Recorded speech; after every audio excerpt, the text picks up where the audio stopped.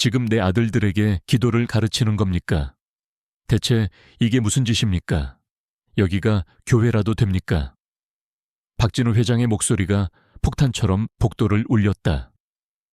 그 순간 부드러운 조명이 감도는 침실 안의 시간은 멈춘 듯했다. 5살 쌍둥이 아들 민준이와 서준이는 양탄자 위에 얼어붙은 채 앉아 있었다. 기도하듯 모은 작은 두 손은 여전히 맞잡혀 있었다. 아이들 맞은편 낡은 회색 실내화를 신은 채 무릎을 꿇고 있던 강서연의 얼굴이 하얗게 질렸다. 그녀는 방금 전까지 아이들을 이끌며 돌아가신 어머니를 위한 잠자리 기도를 부드러운 속삭임으로 끝마친 참이었다. 서연이 미쳐 다른 말을 하기도 전에 박진우 회장이 폭풍처럼 방 안으로 들어섰다. 188cm가 넘는 그의 큰 체격은 분노로 가득 차 있었고 짙은 눈동자는 불꽃처럼 번뜩였다. 그의 손에는 방금까지 확인하던 우편물들이 들려 있었다. 그리고 그는 아무 생각 없이 개봉하지 않은 봉투 뭉치와 근처에 있던 양장본 책을 그녀의 발치 바닥으로 거칠게 내던졌다. 책 한 권이 미끄러지며 서연의 정강이를 쳤고 그녀는 움찔하며 뒤로 비틀거렸다. 대체 무슨 생각으로 이런 짓을 하는 겁니까? 그가 으르렁거렸다. 내 아들들에게 기도를 가르치고 있냐고 물었습니다. 이게 무슨 성스러운 십자군 원정이라도 됩니까? 여긴 내 집이고 내 지붕 아래에서 종교적인 세뇌는 용납하지 않겠다고 분명히 말했을 텐데요. 서연은 숨을 삼켰다. 그녀의 등은 뒤에 있는 벽에 부드럽게 부딪혔고 그녀는 긴장한 채 보호하려는 듯 손바닥을 들어 올렸다. 회장님 부디 진정하십시오. 해를 끼치려는 의도는 전혀 없었습니다. 그저 아이들이 어머님을 너무나 그리워해서 하늘을 향해 무언가 이야기하면 조금은 마음이 편해질까 생각했습니다. 듣고 싶지 않소. 진우가 손가락으로 허공을 찌르며 쏘아붙였다. 내 아들들 머릿속에 천국이니 영혼이니 하는 그따위 상상 속 쓰레기들을 채워 넣지 마시오. 우리 집에서는 그런 짓 안 합니다. 나는 내 아이들을 동화나 헛된 희망으로 키우지 않아요. 민준이가 벌떡 일어섰다. 작은 목소리가 떨리고 있었다. 아빠 선생님은 그냥 엄마랑 얘기할 수 있다고 하셨어요. 서준이도 더듬거리며 말을 보탰다. 교회 같은 거 아니고요. 그냥 우리가 어떻게 느끼는지 말하면 엄마가 들을지도 모른다고요. 그게 다예요. 서연은 아이들을 바라보았다. 아이들의 눈에 서린 두려움을 보자 그녀의 마음은 산산조각 나는 것 같았다. 저는 어떤 것도 설교하지 않았습니다. 그녀가 다급하게 말했다. 이제 그녀의 목소리도 떨리고 있었다. 그저 아이들이 덜 외롭게 느끼길 바랐을 뿐입니다. 그게 전부입니다. 정말 죄송합니다, 회장님. 회장님의 신념을 무시할 생각은 추호도 없었습니다. 하지만 진우는 들으려 하지 않았다. 당신은 내 신념을 무시했소. 그의 목소리는 돌처럼 차가웠다. 규칙을 알고 있었으면서 어겼지. 이제 끝이야. 짐 싸시오. 내일 아침 당장 나가는 겁니다. 민준이의 눈에 눈물이 그렁그렁 맺혔다. 안 돼요, 아빠. 제발 선생님 보내지 마세요. 선생님이 있어야 잠도 잘 자고 기분도 좋아진단 말이에요. 서준이가 속삭였다. 이제 그만. 진우의 얼굴이 어두워지며 고함을 질렀다. 지금 당장 너희들 방으로 돌아가. 아이들은 망설였다. 민준이의 손이 서연의 치마를 꽉 붙잡았고 그녀는 부드럽게 그 손을 떼어냈다. 괜찮아. 그녀가 갈라지는 목소리로 속삭였다. 가. 진우가 소리쳤다. 깜짝 놀란 아이들은 뺨 위로 조용히 눈물을 흘리며 복도 아래로 사라졌다. 이제 서연은 홀로 서 있었다. 방은 갑자기 너무나 크고 적막하게 느껴졌다. 그녀는 힘겹게 침을 삼켰다. 회장님. 그녀의 목소리는 낮고 애원하는 듯했다. 제발 저를 해고하지 말아 주십시오. 선을 넘을 생각은 아니었습니다. 제가 생각이 짧았습니다. 생각이 짧았다고. 맞아. 진우가 등을 돌리며 말했다. 그리고 이제 당신은 끝났어. 그걸로 끝이야. 아닙니다. 다시는 이런 일이 없을 거라고 약속드립니다. 서연이 약간 앞으로 나서며 다급하게 말했다. 모든 규칙을 따르겠습니다. 회장님께서 원하지 않으시는 어떤 것에 대해서도 이야기하지 않겠습니다. 저는 아이들을 진심으로 아낍니다. 진우는 돌아보지 않았다. 내일 아침까지 나가시오. 그 말과 함께 그는 그녀를 그곳에 선 채로 남겨두고 떠났다. 그녀는 뺨의 열기와 굴욕감의 따가움, 그리고 무릎의 떨림을 느꼈다. 조용한 방에 홀로 남겨진 그녀는 천천히 아이들 침대 가장자리에 앉았다. 그녀의 두 손은 무릎 위에서 하염없이 떨리고 있었다. 그녀의 고요했던 세상이 한순간에 무너져 내렸다. 아이들의 순수한 슬픔을 달래주려던 작은 시도가 자신의 모든 것을 앗아가는 비수가 될 줄은 꿈에도 몰랐던 것이다. 그가 떠난 후에도 그의 분노가 남긴 냉기는 방 안을 가득 메웠다. 서연은 고개를 숙였다. 아이들이 떠난 자리에는 그들이 가지고 놀던 작은 공룡 인형이 외롭게 넘어져 있었다. 그녀는 그것을 조심스럽게 집어들었다. 그녀가 이 집에 온 것은 불과 몇 달 전이었다. 수많은 면접 끝에 까다롭기로 소문난 JB그룹 박진우 회장의 아이들 가정교사로 채용되었을 때 그녀는 세상을 다 얻은 듯 기뻤다. 그러나 기쁨도 잠시 이 집의 공기는 언제나 팽팽한 긴장감으로 가득 차 있었다. 아내 윤수아를 잃은 후 박진우라는 남자는 살아있는 유령과 같았다. 그는 웃지 않았고 꼭 필요한 말이 아니면 입을 열지 않았다. 그의 모든 삶은 오직 JB그룹의 성장과 두 아들을 완벽한 후계자로 키워내는 것에만 맞춰져 있었다. 그는 아이들에게 최고의 교육 환경과 물질적 풍요를 제공했지만 정작 아이들에게 가장 필요했던 따뜻한 위로나 다정한 눈길은 주지 못했다. 아니, 주는 방법을 잊어버린 사람처럼 보였다. 그 공백을 메우는 것이 서연의 역할이었다. 서연은 아이들에게 단순한 지식뿐만 아니라 감정을 표현하고 슬픔을 다독이는 법을 가르쳐주려 애썼다. 그녀는 아이들과 함께 그림을 그리고 책을 읽고 정원에서 함께 흙을 만졌다. 그녀의 노력 덕분에 민준이와 서준이는 점차 웃음을 되찾기 시작했다. 아이들의 웃음소리가 들릴 때면 이따금씩 서재 창문 너머로 그 모습을 지켜보는 진우의 그림자를 발견할 수 있었다. 그는 아무 말도 하지 않았지만 서연은 그것이 그의 방식대로 보내는 무언의 인정이라고 믿고 싶었다. 하지만 오늘 밤 그 모든 것이 산산조각났다. 그녀가 아이들의 마음을 어루만지기 위해 했던 가장 진심 어린 행동이 그에게는 가장 용납할 수 없는 배신 행위로 비쳤다. 그는 슬픔을 극복해야 할 비논리적인 감정으로 여겼고 죽은 아내에 대한 그리움을 생산성 없는 공상으로 치부했다. 그는 아이들이 강해지길 바랐고 그가 생각하는 강함이란 감정에 휘둘리지 않는 냉철함이었다. 서연이 아이들에게 가르치려 했던 공감과 위로는 그에게 나약함의 다른 이름일 뿐이었다. 서연은 자리에서 일어났다. 더 이상 이곳에 머물 수 없다는 사실이 현실로 다가왔다. 그녀는 아이들의 침구를 가지런히 정돈하고 흩어진 책들을 책장에 꽂았다.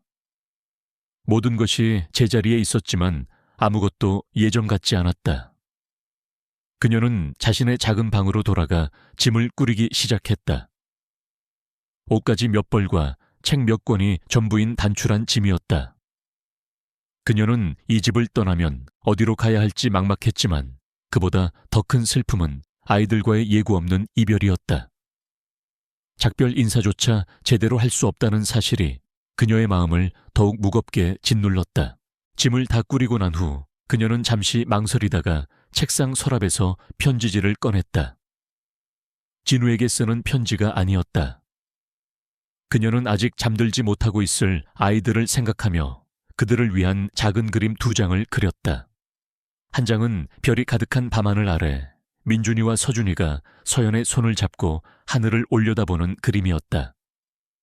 구름 위에는 그들의 어머니가 환하게 웃고 있었다. 다른 한 장은 서연이 침대맡에서 아이들에게 책을 읽어주는 평범했던 어젯밤의 모습이었다. 그림은 서툴렀지만 진심이 담겨 있었다. 그녀는 그림 밑에 짧은 메모를 남겼다. 민준아, 서준아, 선생님은 잠시 멀리 여행을 떠나게 됐어. 하지만 언제나 너희를 생각하고 있을 거야. 슬플 때는 엄마와 이야기하는 걸 잊지 마. 사랑을 담아 서연 선생님이. 그녀는 이 편지를 아이들에게 직접 전해줄 수 없다는 것을 알았다.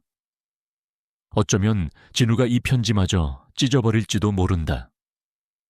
그럼에도 그녀는 써야만 했다. 이것이 그녀가 남길 수 있는 마지막 온기였기 때문이다. 새벽이 밝아오기 전 서연은 자신의 가방과 작은 상자를 들고 조용히 1층으로 내려왔다. 집안은 깊은 정적에 잠겨 있었다. 그녀는 주방 카운터 위에 상자를 조심스럽게 올려놓았다.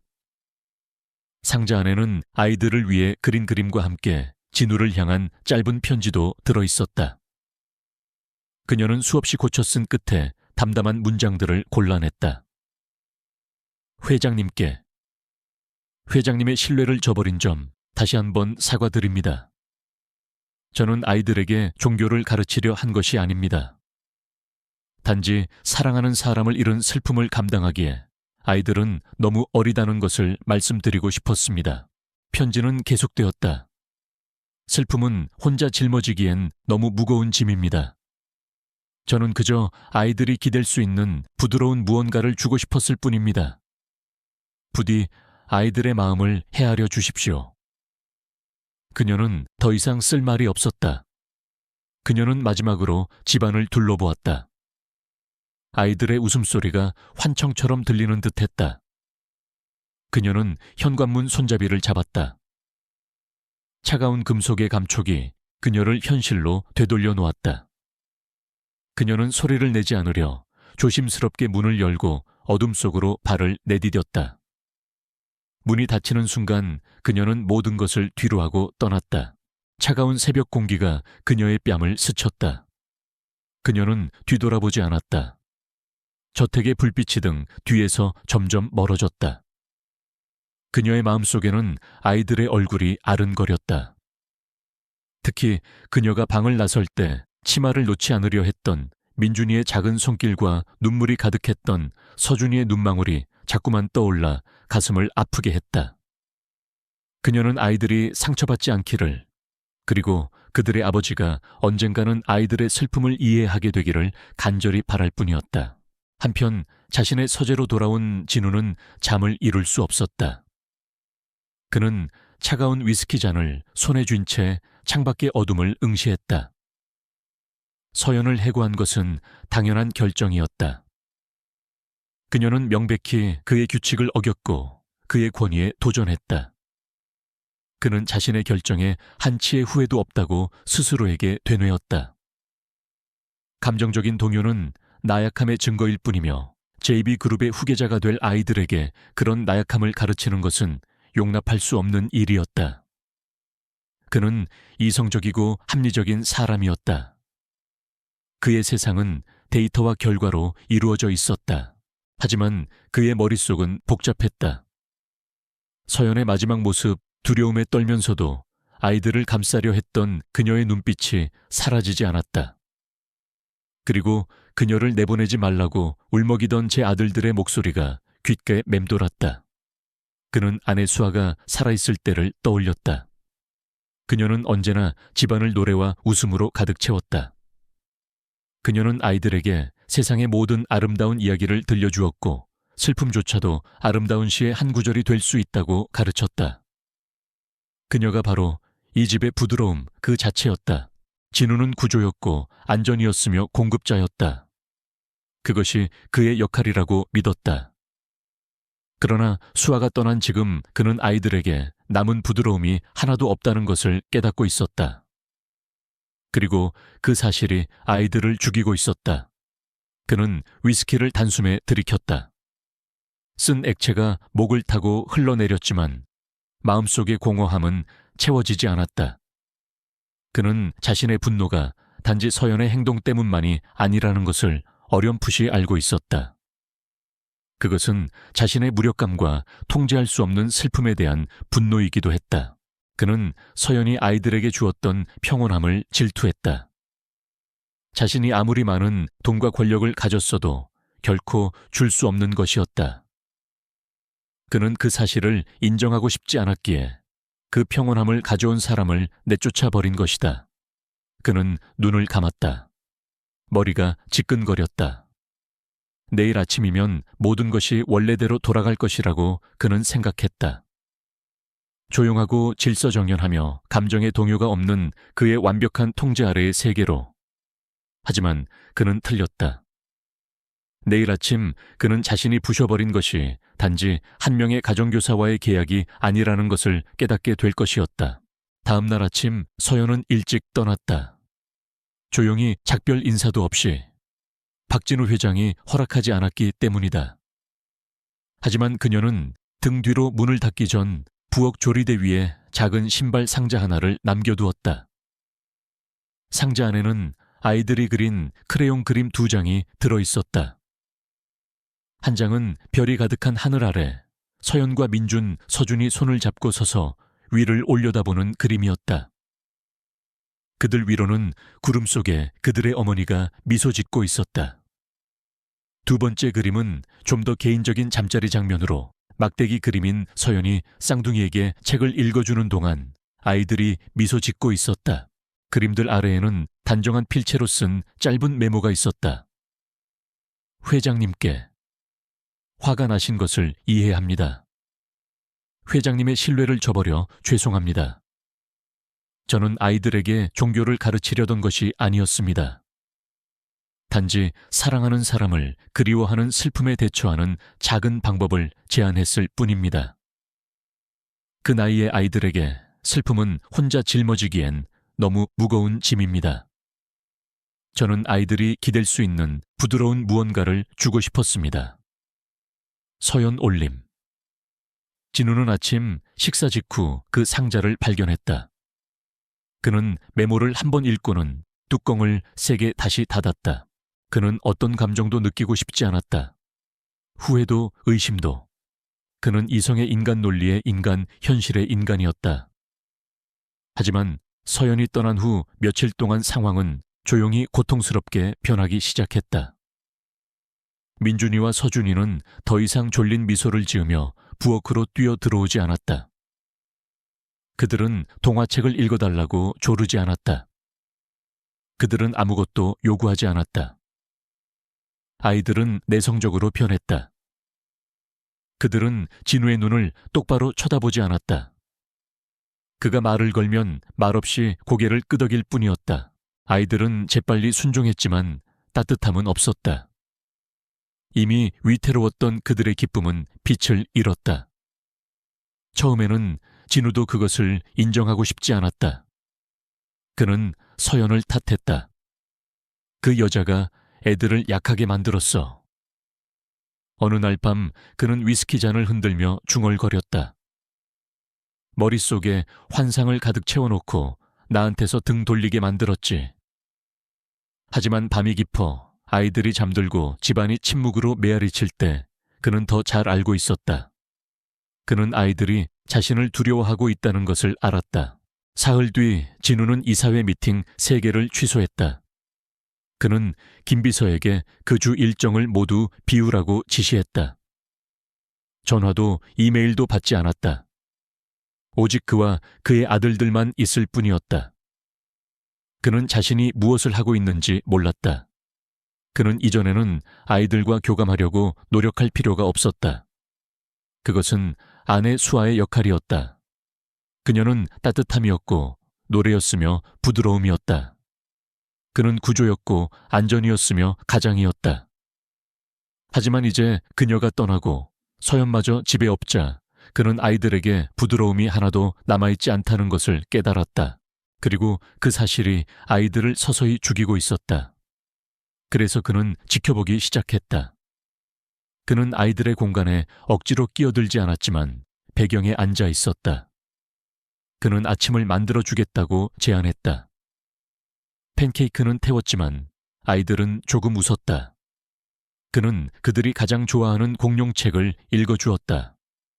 비록 발음이 서툴렀지만 그는 아이들과 함께 만화를 보며 그가 거의 이해하지 못하는 농담에 웃었다.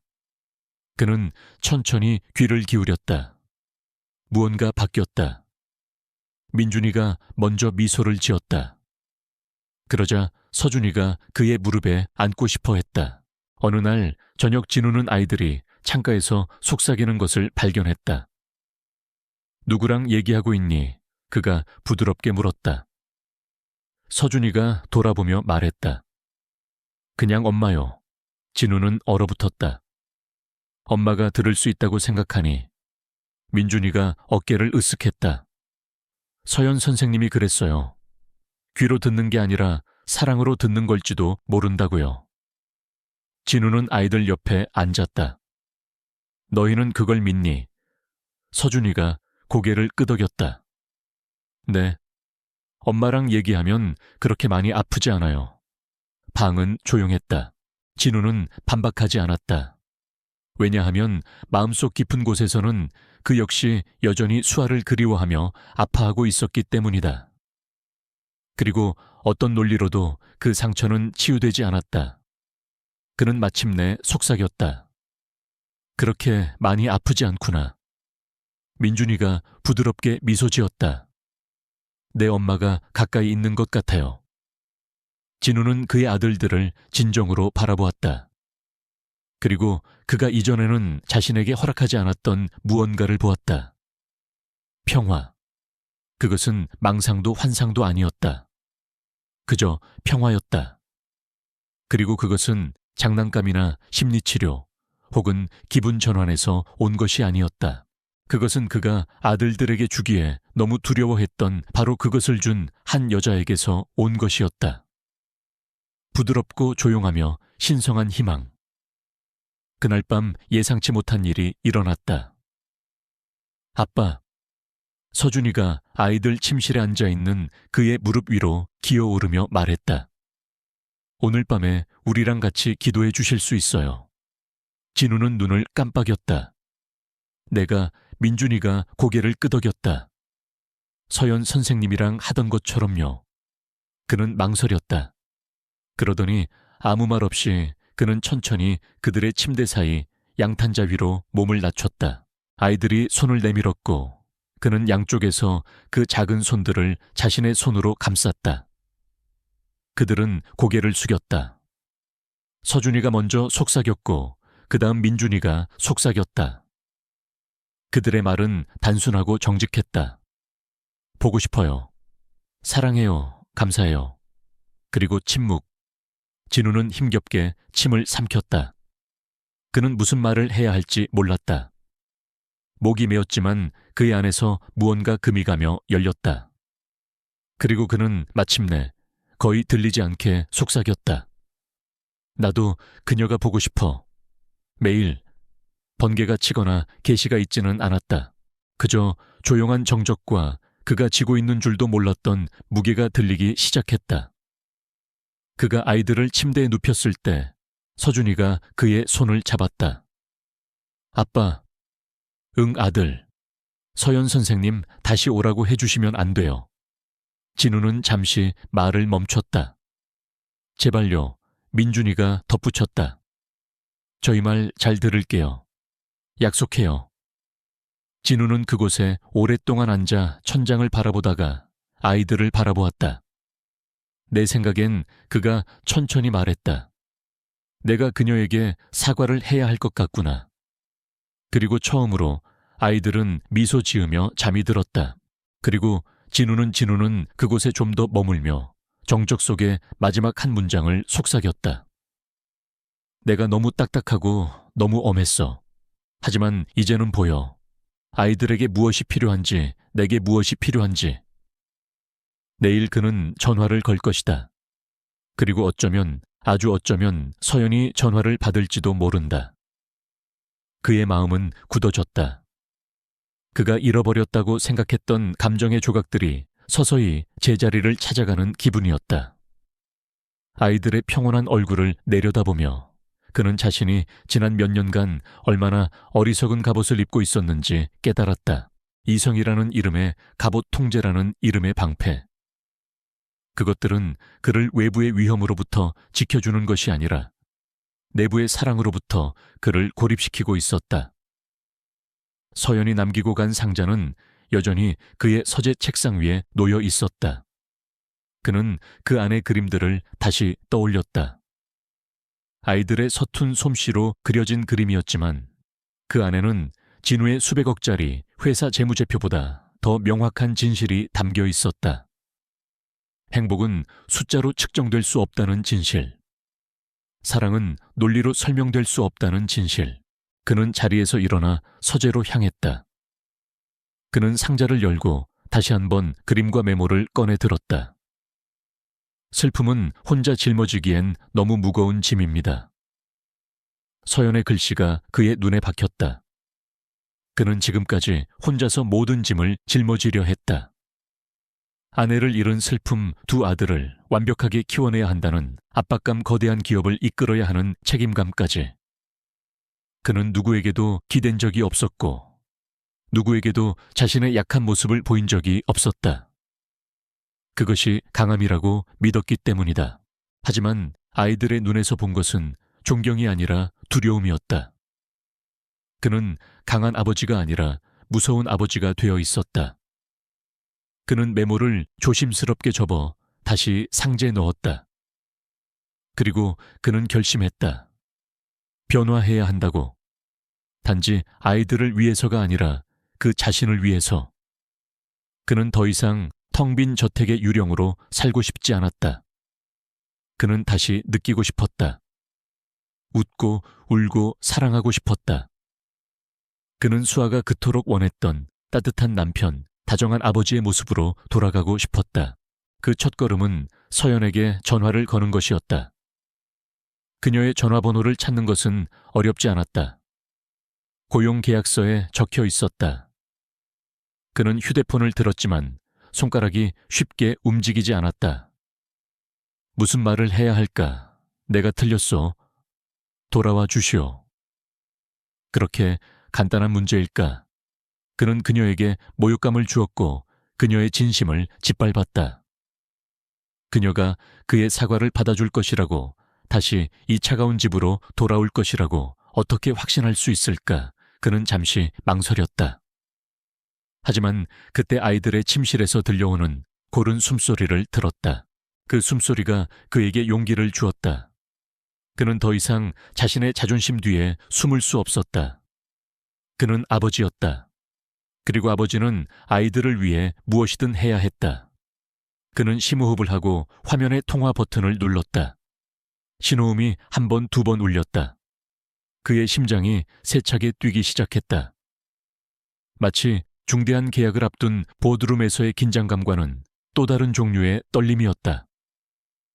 이것은 그의 인생 전체가 걸린 협상이었다. 마침내 전화기 너머에서 부드럽고 망설이는 목소리가 들려왔다. 여보세요. 강서연입니다. 전화벨이 두 번 울리고 나서야 부드럽고 망설이는 목소리가 저편에서 들려왔다. 여보세요. 강서연입니다. 박진우 회장은 자택 서재에 앉아 있었다. 등 뒤에 높은 창문으로 이른 아침의 햇살이 스며들고 있었다. 그는 여전히 목욕 가운 차림이었고 책상 위에는 반쯤 비운 커피잔이 식어가고 있었다. 그는 전화기를 쥔 손에 약간 힘을 주었다. 강서연 씨, 박진우입니다. 짧지만 무거운 침묵이 흘렀다. 다시는 연락하실 줄 몰랐습니다. 그녀가 조심스럽게 말했다. 분노는 없었다. 그저 경계심이 묻어났다. 박진우는 목을 가다듬었다.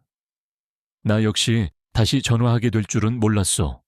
하지만 이렇게 하고 있군. 침묵.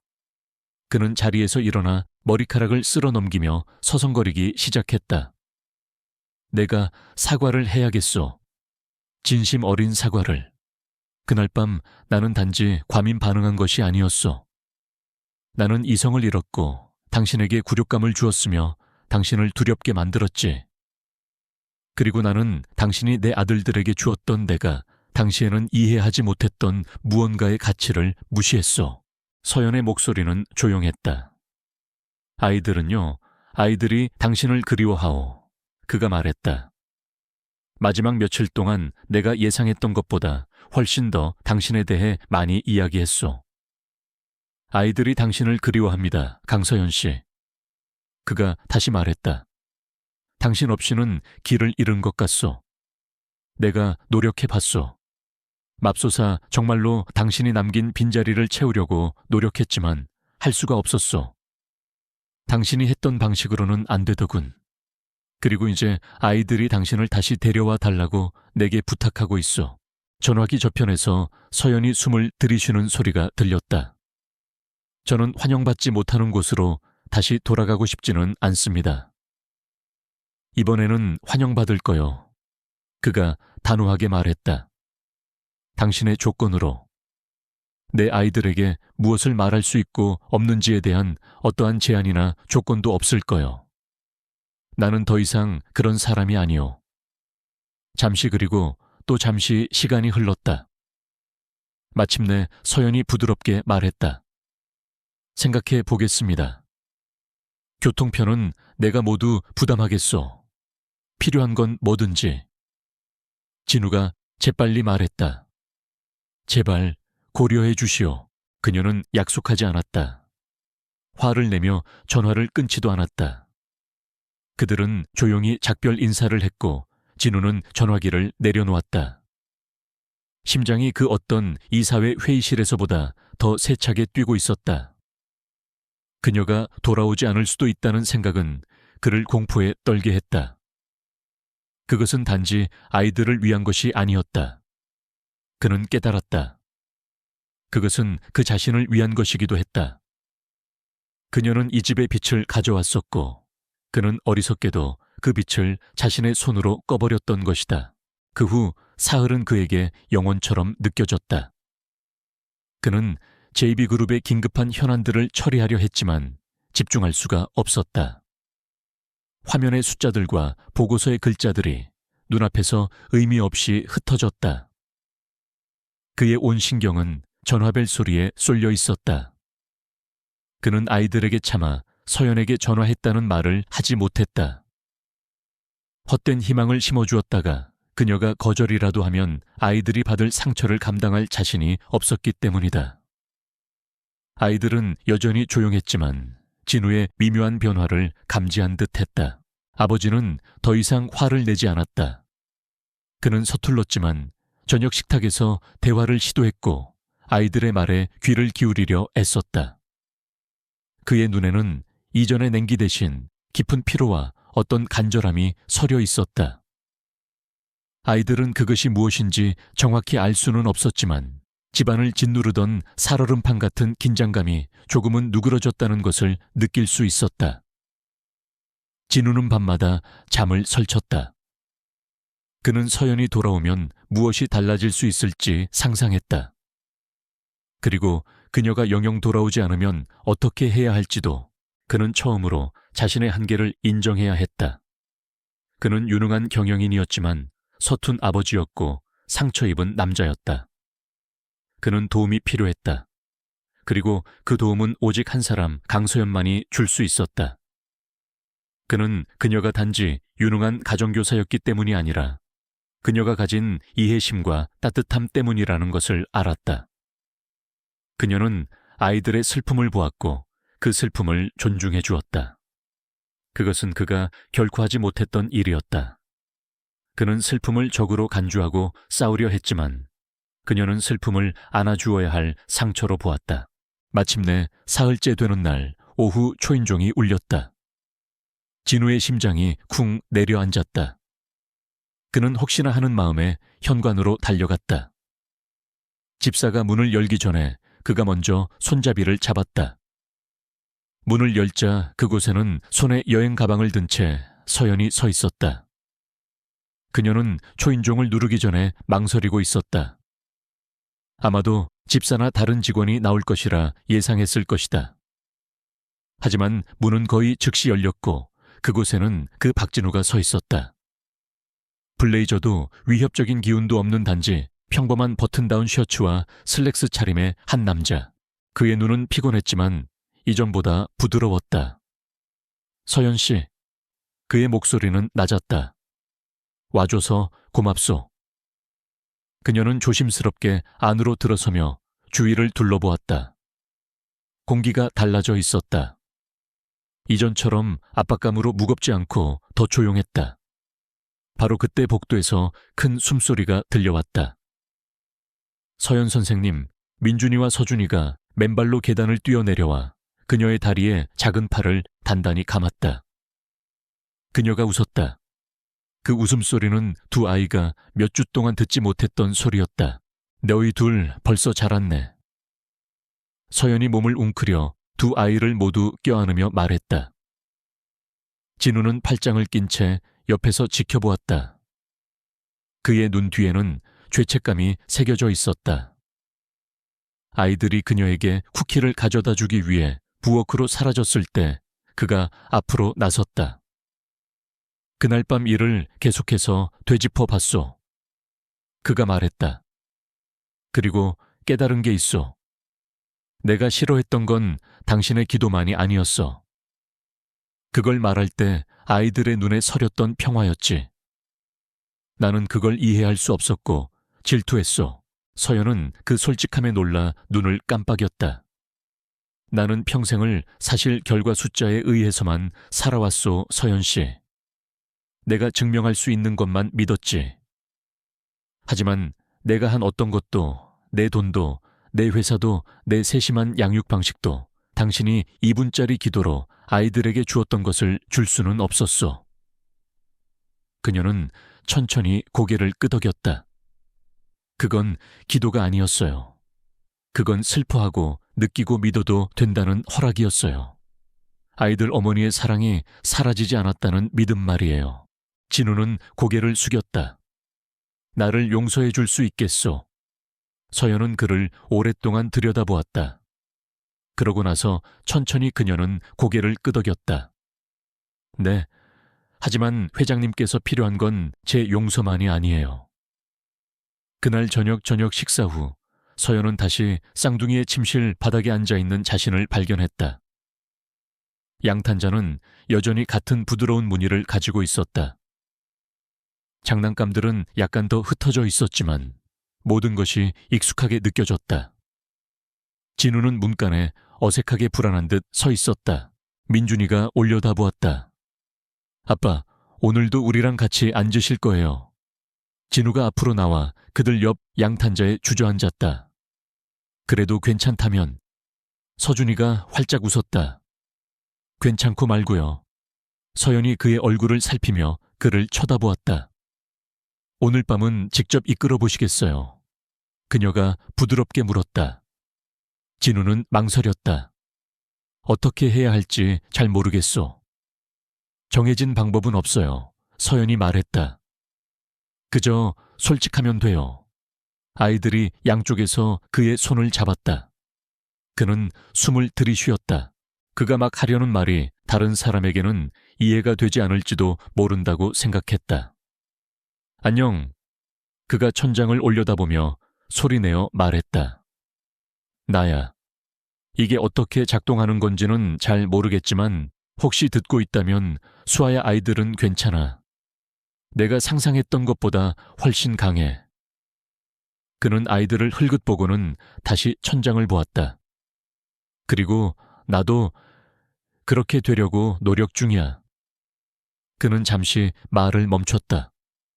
그리고 아이들이 당신에게 말하는 걸 막아서 미안해. 슬픔을 숨겨야만 하는 것으로 만들어서 미안해. 서연의 눈에 눈물이 가득 찼다. 민준이가 부드럽게 미소 지으며 속삭였다. 사랑해요, 엄마. 서준이가 고개를 끄덕이며 덧붙였다. 우리도 사랑해요. 그리고 침묵.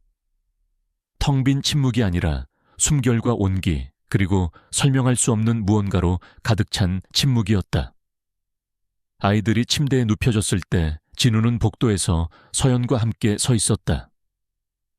당신이 옳았소. 그가 말했다.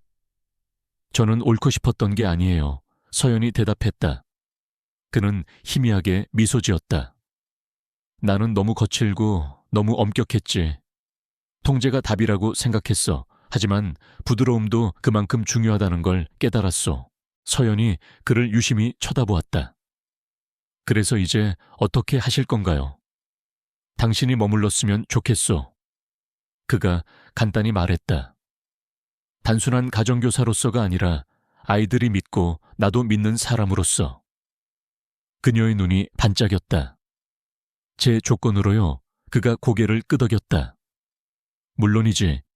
그녀가 고개를 갸웃거렸다. 그 조건에는 잠자리 기도도 포함될 텐데요. 그가 씩 웃었다. 다른 방식은 생각할 수도 없어.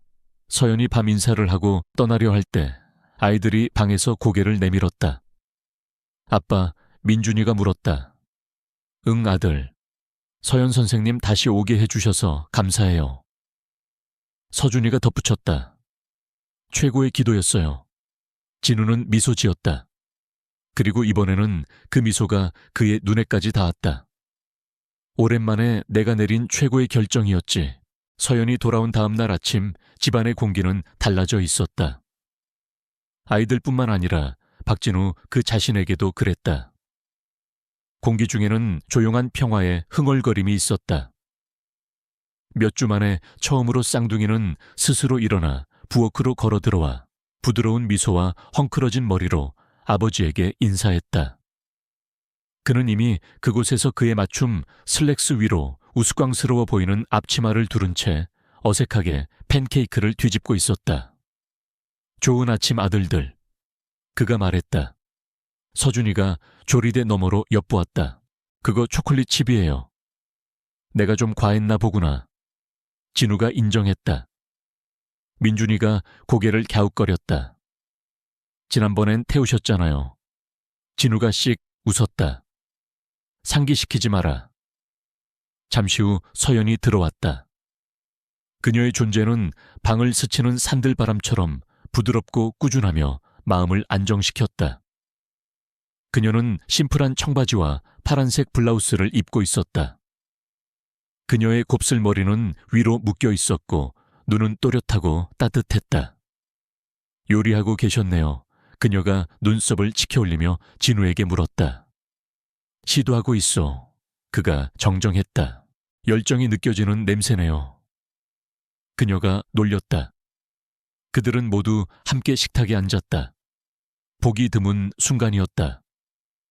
아내 수아가 죽기 전에도 진우는 컨퍼런스 콜이나 해외 시장 문제로 바빠 항상 따로 식사했다. 하지만 지금 그는 그곳에 앉아 아이들이 한 입 먹을 때마다 시시콜콜한 이야기를 하는 것을 지켜보고 있었다. 서준이가 웃음 중간에 테이블 너머로 몸을 기울였다. 아빠, 그거 알아요. 민준이가 아침밥 먹으면서 농담했어요. 오, 그래. 진우가 미소 지었다. 어디 한번 들어보자. 민준이가 활짝 웃었다. 팬케이크가 왜 치료를 받으러 갔게요? 왜 갔는데? 진우가 물었다. 기분이 납작해서요. 플랫. 서연이 먼저 웃음을 터뜨렸고 그 다음 서준이가 그리고 진우가 웃으며 가짜 절망에 빠진 듯 고개를 저었다.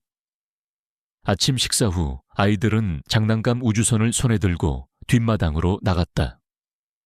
서연은 뒷정리를 시작했지만 진우는 자리에 앉아 남은 커피를 젓고 있었다. 이게 얼마나 갈지 모르겠군. 그가 조용히 말했다. 서연이 그를 흘끗 보았다. 무슨 말씀이세요? 이 평화, 이 고요한 말이야. 내 안에 어떤 부분이 이게 다시 무너져 내리기를 계속 기다리고 있어. 서연은 수건에 손을 닦았다. 회장님 평화는 그냥 무릎 위로 뚝 떨어지는 게 아니에요. 그건 연습하는 거예요. 아이들이 다시 안전하다고 느끼기 때문에 적응하고 있는 거고요. 그건 우연이 아니에요. 그건 회장님께서 함께 해주시기 때문이에요. 그는 망설였다. 그의 목소리는 이제 더 낮아졌다. 난 그저 아이들이 나를 얼마나 두려워했는지 깨닫지 못했소. 서연이 다가와 그의 맞은편에 앉았다. 잔인하셨던 게 아니에요. 그녀가 부드럽게 말했다. 상처받으셨던 거죠. 다른 모든 것을 통제함으로써 자신의 고통을 통제하려고 하셨던 거예요. 전에도 본 적 있어요. 느끼는 것을 두려워하는 부모들은 자녀들에게도 느끼지 말라고 하죠. 진우는 시선을 돌렸다. 회장님은 아이들에게 우는 법을 가르치지 않으셨지만 아이들은 울어야만 했어요. 그리고 아이들이 무너지지 않고 우는 방법을 찾았다는 건 행운인 거죠. 그는 천천히 고개를 끄덕였다. 그의 눈은 반짝였지만 무너지지는 않았다. 그날 오후 늦게 진우는 위층 창문에서 쌍둥이가 잔디밭에서 노는 것을 지켜보았다. 그들은 정원 돌멩이와 아이스크림 막대를 이용해 가짜 로켓 발사장을 만들었다. 서연은 책을 들고 근처에 앉아 이따금씩 고개를 들어 아이들에게 너무 깊이 파지 말라고 일깨워 주었다. 그는 단지 그들을 보고 있는 것이 아니었다. 그는 그들을 연구하고 있었다. 그들의 기쁨, 그들의 편안함, 그들이 다시 세상에 속한 것처럼 움직이는 방식. 그는 자신이 단지 부재한 아버지가 아니었다는 사실에 충격을 받았다. 그는 정서적으로 닿을 수 없는 사람이었다. 나중에 서연이 간식을 준비하러 안으로 들어왔을 때 진우는 복도에서 그녀를 만났다. 내가 아직 아이들에게 말하지 않은 게 있어. 그가 말했다. 서연이 그를 마주보며 돌아섰다. 장례식 이후로 수아의 묘에 가본 적이 없어. 단 한 번도. 서연의 표정이 부드러워졌다. 그건 드문 일이 아니에요, 회장님. 슬픔은 직선적이지 않으니까요. 알고 있어. 하지만 내 생각엔 이제 때가 된 것 같소. 아이들을 데려가고 싶어. 우리가 함께 해야 할 일인 것 같소. 서연이 고개를 끄덕였다. 제가 같이 갈까요? 그가 잠시 멈췄다. 그래 주겠소. 물론이죠. 다음 날 아침 흐린 하늘 아래 진우는 그들 세 사람 아이들과 서연을 직접 차에 태워 도시 외곽에 있는 묘지로 향했다. 아이들은 뒷좌석에서 유난히 조용했고 각자 손수 꺾은 작은 들꽃 다발을 들고 있었다. 그들이 도착했을 때 문이 삐걱거리며 열렸다. 진우는 낡은 떡갈나무 아래에 차를 세우고 천천히 내렸다. 그의 숨결이 차가운 아침 공기 속에서 보였다. 그들은 좁은 길을 따라 함께 걸었다. 서연은 서준이의 손을 잡았고 진우는 민준이를 이끌었다. 사랑하는 아내이자 어머니 윤수아라고 새겨진 소박한 흰 대리석 묘비에 이르렀을 때 아이들은 머리를 살짝 숙인 채 가만히 서 있었다. 진우가 먼저 무릎을 꿇었다. 여기에 오는데 너무 오래 걸려서 미안해. 그가 속삭였다. 서연은 그들에게 공간을 주기 위해 정중한 거리를 두고 뒤에 서 있었다. 민준이가 그의 꽃다발을 내려놓았다. 안녕하세요, 엄마. 보고 싶어요. 서준이가 덧붙였다. 이제 매일 밤 엄마랑 얘기해요. 엄마가 들으셨으면 좋겠어요. 진우의 손이 떨리며 그는 손을 뻗어 묘비 위에 나무잎을 쓸어냈다. 나는 강해지려고 노력해왔어. 아이들을 위해서. 나 자신을 위해서 너무 강해지려고 했지. 하지만 깨달은 게 있어. 강함이란 느끼지 않는 척하는 게 아니더군. 느끼면서도 다시 일어서는 것이었어. 그의 목소리가 약간 갈라졌다. 나는 실수를 했어. 사람들을 밀어냈지. 단지 도우려고 했던 사람들을. 그는 어깨 너머로 서연을 보았다. 그녀는 그의 시선을 마주했다. 나는 더 나아지고 싶어. 그가 말했다. 아이들을 위해서. 그리고 나를 위해서. 바람이 불었고 나무잎들이 부드럽게 바스락거렸다. 마치 수아가 그곳에 있는 것 같았다. 민준이가 올려다보았다. 아빠, 다음에 또 여기 와서 엄마랑 얘기해도 돼요. 진우가 고개를 끄덕였다. 너희가 원할 때마다. 그들은 좀 더 머물렀다. 네 사람은 별말을 하지 않았지만 공허하게 느껴지지 않았다. 온전하고 완전하게 느껴졌다. 그날 저녁 아이들이 잠든 후 진우는 뒷마당 현관에서 서연과 함께 앉았다. 별들이 남색 하늘을 통해 반짝였고 멀리서 들려오는 귀뚜라미 소리가 침묵을 채웠다. 오늘이 내가 무언가를 놓아준 첫날인 것 같소. 그가 말했다. 서연이 고개를 끄덕였다. 이제 더 이상 모든 것을 혼자 짊어지지 않으셔도 돼요. 그가 진지한 눈으로 그녀를 보았다. 당신은 내가 결코 줄 수 없었던 무언가를 아이들에게 주었고 내가 필요하다는 것조차 몰랐던 무언가를 내게 주었소. 서연이 부드럽게 미소 지었다. 회장님 스스로에게 주신 거예요. 저는 단지 방법을 상기시켜 드리기 위해 그곳에 있었을 뿐이에요. 그는 의자의 등을 기댄 채 하늘을 올려다보았다. 나는 기도라는 걸 믿는지는 모르겠소. 그가 말했다. 하지만 나는 치유를 믿소. 그것이 시작이죠. 서연이 속삭였다. 그리고 수아가 세상을 떠난 이후 처음으로 박진우는 눈을 감았다. 세상을 차단하기 위해서가 아니라 그것을 들이쉬기 위해서. 그와 아이들, 그리고 서연이 함께 만들어가는 새로운 세상의 공기를 그날의 방문은 단순한 의식이 아니었다. 그것은 하나의 전환점이었다. 진우는 그동안 수아의 죽음을 잊어야 할 실패 혹은 극복해야 할 장애물처럼 여겨왔다. 하지만 그녀의 묘비 앞에서 아이들의 작은 손을 잡고 서 있으니 그는 깨달았다. 그녀의 부재는 그의 삶의 일부였다. 지울 수 없는 하지만 끌어안고 가야 할. 서연의 존재는 그 사실을 더 명확하게 해주었다. 그녀는 수아를 대체하려 하지 않았다. 오히려 그녀는 수아의 기억이 아름답게 머물 수 있는 공간을 만들어 주었다. 아이들은 더 이상 어머니의 이름을 속삭이는 것을 두려워하지 않았다. 그들은 어머니에 대한 이야기를 나누었고 그녀가 좋아했던 노래를 흥얼거렸으며 그녀와 함께했던 순간들을 그림으로 그렸다. 집안에는 슬픔이 여전히 존재했지만 더 이상 어둡고 무거운 그림자가 아니었다. 그것은 이제 따뜻한 벽난로의 불빛처럼 그들을 감싸 안고 과거의 온기를 전해주는 부드러운 빛이 되었다. 진우는 서연에게 고마웠다. 그녀는 그에게 가르쳤다. 치유는 있는 것이 아니라 기억하며 살아가는 법을 배우는 것이라고. 그날 밤 진우는 서재에서 수아의 낡은 앨범을 꺼내 들었다. 먼지 쌓인 앨범을 넘기며 그는 결혼 초의 사진들을 보았다. 젊고 행복하며 미래에 대한 희망으로 가득 찬 두 사람. 그는 사진 속의 자신을 알아보기가 힘들었다. 언제부터 그는 그렇게 웃음을 잃었을까? 언제부터 그의 눈은 그렇게 차가워졌을까? 그는 사진 한 장을 가만히 들여다보았다. 수아가 정원에서 맨발로 환하게 웃고 있는 사진이었다. 그는 그 순간을 기억했다. 평범한 일요일 오후였지만 그녀의 웃음소리는 세상을 가득 채웠었다. 그는 앨범을 덮었다.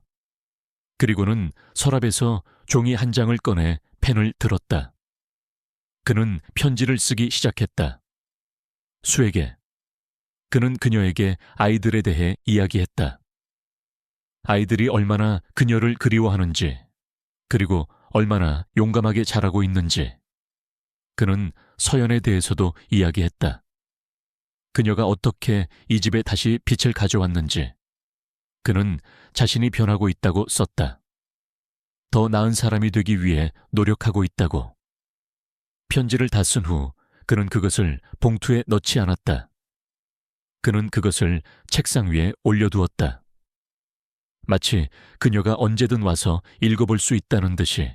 가족의 밤이 박진우 회장의 집에서 전통이 된 지 3주가 흘렀다. 재연결을 위한 일회성 시도로 시작된 것이 신성한 무언가로 발전했다. 아이들이 손꼽아 기다리고 직원들이 일정을 조정하며 진우 자신이 보기 드문 결단력으로 달력에 보호하는 저녁이었다. 금요일 저녁은 더 이상 업무로부터의 휴식이 아니었다. 그것은 선언이었다. 이 가족이 중요하다는, 하지만 집이라는 따뜻한 보호막밖에 세상은 멈추지 않았다. 진우의 회사인 JB그룹은 대규모 인수를 준비하고 있었다. 이사회는 그에게 정규 업무로 복귀하라고 압력을 가했다. 그의 받은 편지함은 계약서 브리핑 긴급한 초대장으로 넘쳐났다. 하지만 경력에서 처음으로 진우는 즉각 반응하지 않았다. 대신 그는 서준이가 침실 천장에 붙일 야광별을 고르는 것을 돕고 민준이의 상상 속 친구인 베개수염 선장이 저녁 식사에서 자기 자리를 받을 자격이 있는지 토론하느라 바빴다. 하지만 모든 사람이 그 변화에 감격한 것은 아니었다. 토요일 아침 식사 중에 날카롭고 빠르며 참을성 없는 노크 소리가 들려왔다.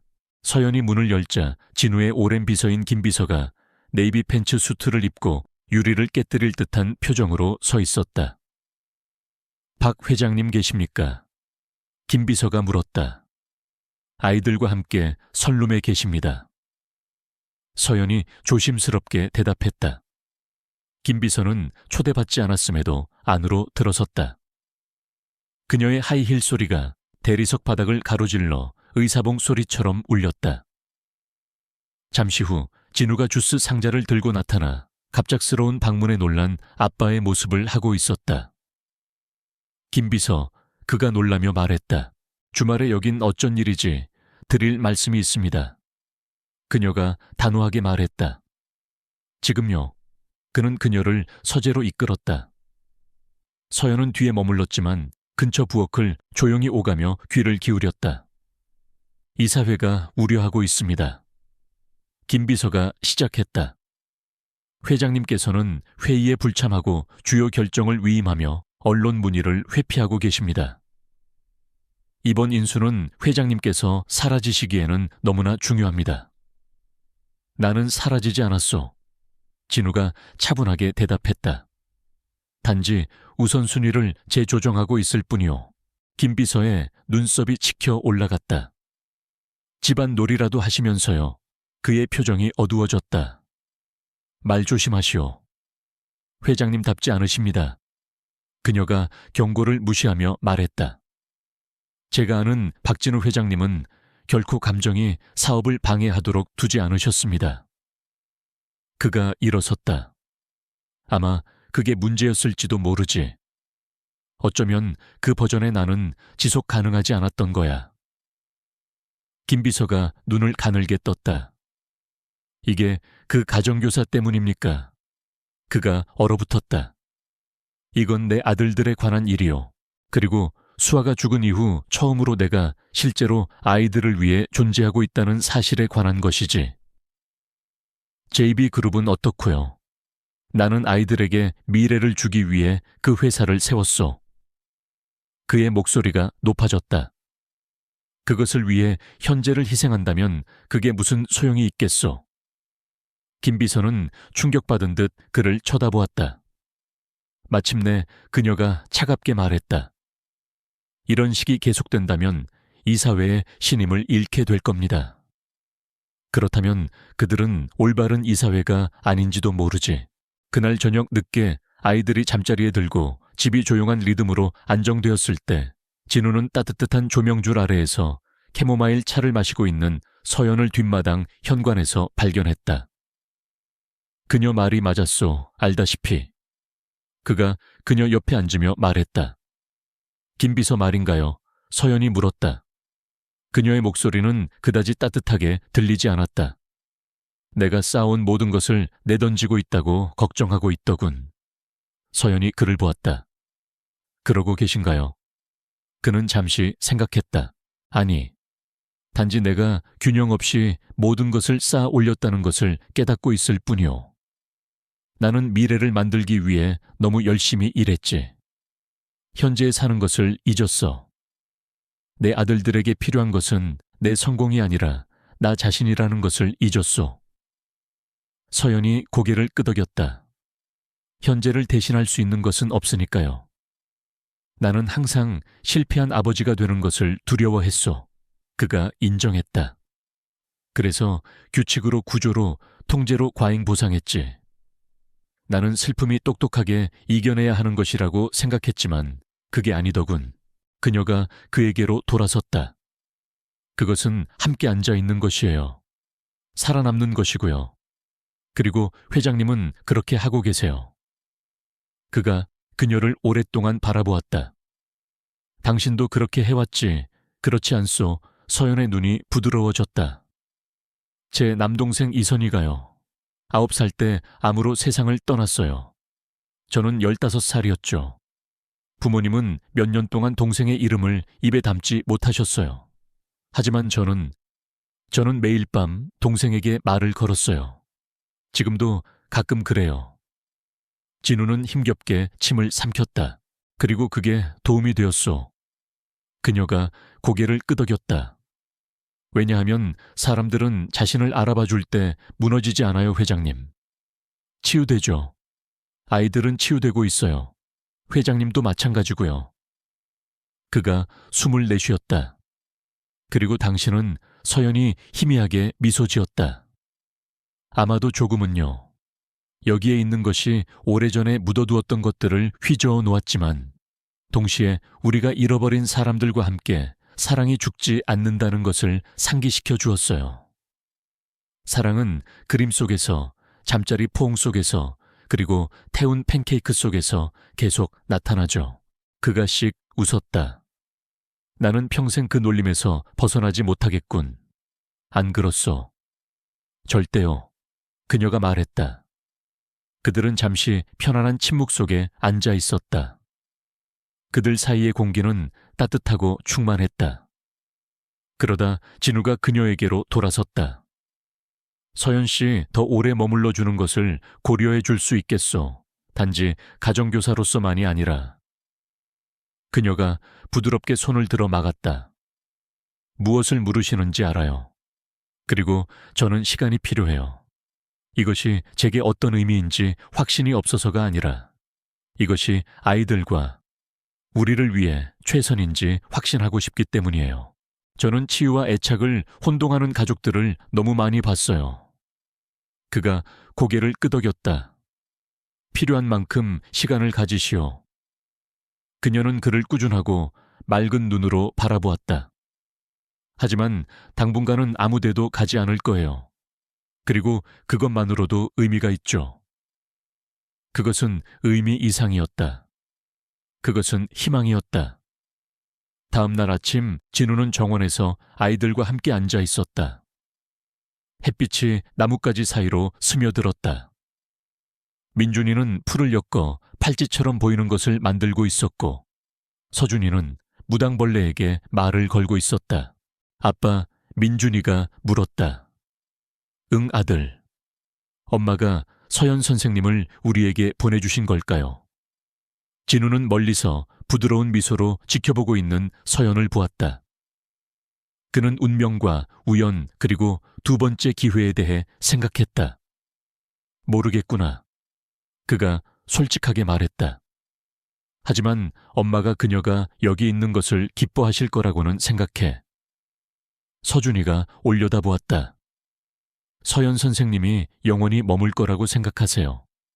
진우는 다시 서연을 보았다. 그들의 시선이 마주쳤다. 나는 봐라. 그가 조용히 말했다. 그녀의 마음이 머물라고 말하는 동안은. 그리고 그 말과 함께 아이들은 다시 놀이에 빠져들었다. 정원은 웃음과 빛 그리고 진우가 이전에 지었던 그 어떤 것보다 더 연약하지만 강한 무언가로 가득 찼다. 소속감. 토요일 아침은 박진우 회장의 저택에 황금빛 햇살을 쏟아부으며 찾아왔다. 주방에서는 서연이 편안하게 움직이며 블루베리 머핀 냄새가 풍겨왔다. 그녀의 앞치마에는 밀가루가 묻어 있었고 그녀는 입가에 오래된 가스펠곡을 흥얼거렸다. 그녀가 그렇게 노래를 흥얼거린 것은 몇 년 만의 일이었다. 이사 오기 전 동생을 병으로 잃기 전에는 그랬었다. 하지만 이 집 이 아이들에 대한 무언가가 노래를 다시 돌아오게 만들었다. 서연이 접시를 내려놓는 바로 그 순간 진우가 주방으로 들어섰다. 그는 푹 쉰 듯 더 부드러워 보였다. 그의 평소 갑옷이었던 통제, 즉 바삭한 정장과 딱딱한 말투는 점차 닳아 없어지고 있었다. 방금 흥얼거렸소. 그가 반쯤 미소 지으며 물었다. 그런가 봐요. 그녀 자신도 놀라며 대답했다. 이 집에서 누군가 흥얼거리는 걸 들어본 적이 없는 것 같군. 그가 카운터의 의자에 앉으며 말했다. 이상하게도 마음이 편안해지는군. 서연이 미소 지었다. 그럼 아마 이 집에 그게 필요했나 봐요. 잠시 후 민준이와 서준이가 양말 신은 발로 마룻바닥을 미끄러지며 계단을 달려 내려왔다. 서연 선생님, 아빠가 오늘 공원에 가도 된대요. 진우가 고개를 끄덕였다. 신선한 공기를 좀 쐬는 게 좋을 것 같아서. 연도 가져가도 돼요. 서준이가 희망에 찬 눈으로 물었다. 물론이지. 서연이 말했다. 공원은 차로 불과 15분 거리에 있었고 수양보들과 나무 벤치가 늘어선 작은 호수 옆에 자리 잡고 있었다. 그곳은 수아가 가장 좋아하던 장소였다. 그녀는 쌍둥이가 걷기도 전에 이곳에 데려와 나무 아래 담요에 눕혀놓고 공책에 스케치를 하곤 했다. 그들이 도착했을 때 바람은 완벽했다. 꾸준했지만 장난스러웠다. 아이들은 연을 손에 들고 앞서 달려갔고 연줄은 그들 뒤에서 웃음처럼 풀려나갔다. 서연과 진우는 느린 걸음으로 뒤따랐고 풀이 발밑에서 바삭거렸다. 수아가 세상을 떠난 이후로 여기 와본 적이 없소. 진우가 익숙한 풍경을 훑어보며 인정했다. 그녀가 여기서 그림을 그리곤 했지. 그렇지 않소? 서연이 물었다. 그가 고개를 끄덕였다. 어릴 적 고향의 나무들을 생각나게 한다고 했소. 수양버들이 세상을 위해 우는 것 같다고 말했지. 서연이 걸음을 멈췄다. 제게는 슬퍼 보이지 않아요. 마치 오래된 이야기들을 품고 있는 것 같아요. 진우가 희미하게 미소 지었다. 그녀라면 그 말을 좋아했을 거요. 그들은 아이들이 연을 들고 어지럽게 원을 그리며 달리는 것을 볼 수 있는 호숫가 벤치를 찾았다. 한동안 바람과 아이들의 즐거운 비명소리 외에는 아무것도 없었다. 그러다 서연이 물었다. 아이들이 그녀에 대해 많이 아나요? 제 말은 수아 씨에 대해서요. 진우가 천천히 숨을 내쉬었다. 단편적인 것들 뿐이지. 내가 감당할 수 있다고 생각하는 것만 말해줬어. 하지만 너무 조심스럽고 너무 방어적이었지. 전체 이야기를 들려주면 더 상처받을 거라고 생각하시는군요. 서연이 말했다. 그렇소. 그가 인정했다. 아니, 내 생각엔 내가 더 상처받을 것 같군. 서연이 친절하게 그를 보았다. 아이들에게 필요한 건 사실만이 아니에요. 그녀의 웃음소리 아무도 보지 않을 때 춤추던 방식 회장님만이 들려줄 수 있는 이야기들이에요. 그가 눈물을 글썽이며 고개를 끄덕였다. 당신 말이 맞소. 작게 시작하세요. 그녀가 격려했다. 잠자리에서 이야기 하나, 추억 하나, 순간 하나. 그것만으로도 충분해요. 그날 밤 아이들이 목욕을 하고 파자마를 입고 꿈틀거리며 들어간 후 그들은 독서 공간에서 진우의 양쪽에 몸을 웅크렸다. 방에서는 라벤더와 오래된 책 냄새가 났다. 서연은 문틀에 기댄 채 조용히 지켜보고 있었다. 얘들아, 진우가 목을 가다듬으며 시작했다. 엄마랑 바다에 갔던 거 기억나니? 민준이의 눈이 빛났다. 엄마가 서준이를 목까지 모래에 묻었던 때요. 진우가 웃었다. 정확해. 그리고 너는 걔가 영원히 거기에 갇힐 거라고 생각했지. 서준이가 킥킥거렸다. 엄마가 걔들이 내 귀를 물 거라고 했어요. 그랬지. 진우가 미소 지으며 고개를 끄덕였다. 엄마는 항상 장난기가 많았어. 하지만 그날 우리가 떠나기 직전에 엄마가 뭘 했는지 기억나니? 아이들은 잠시 생각했다. 조개 껍데기를 주워서 거기에 속삭였어요. 민준이가 말했다. 진우가 고개를 끄덕였다. 엄마는 모든 조개 껍데기가 바다의 마지막 속삭임을 담고 있다고 했어. 그리고 우리가 조심스럽게 들으면 우리가 떠났을 때 바다가 우리를 그리워하는 소리를 들을 수 있다고 했지. 서준이가 눈을 깜빡였다. 그거 기억나요. 엄마는 우리가 파도에 속해 있다고 했어요. 민준이가 덧붙였다. 진우의 목소리가 조용해졌다. 그게 바로 네 엄마였어. 항상 평범한 것에서 시를 찾아냈지. 방 안에는 부드럽고 짙은 담요 같은 침묵이 흘렀다. 그리고 그때 놀라운 일이 일어났다. 진우의 얼굴이 떨렸다. 그의 턱이 굳어졌다. 그의 눈이 그렁거렸다. 그는 고개를 숙여 눈물을 참으려 했지만 한 방울의 눈물이 흘러내렸다.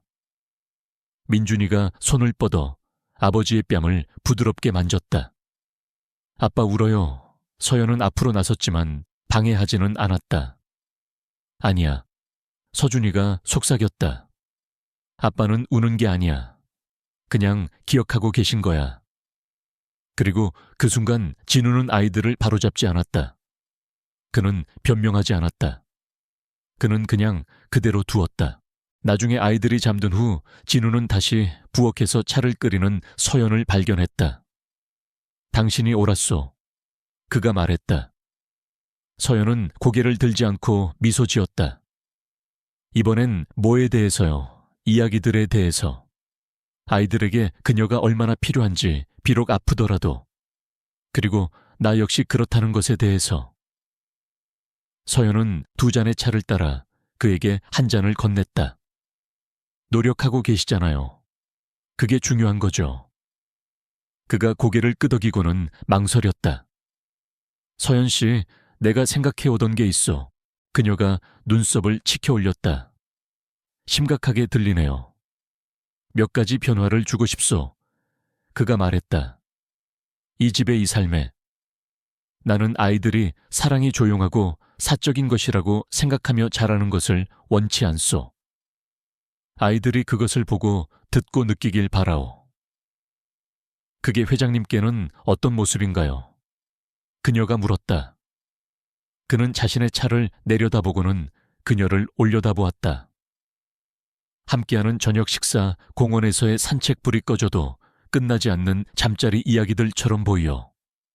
그리고 당신 같은 사람이 머무는 것처럼 보여. 단지 가정교사로서가 아니라. 서연은 가만히 있었다. 나는 당신의 존재 이상의 것을 요구하는 게 아니오.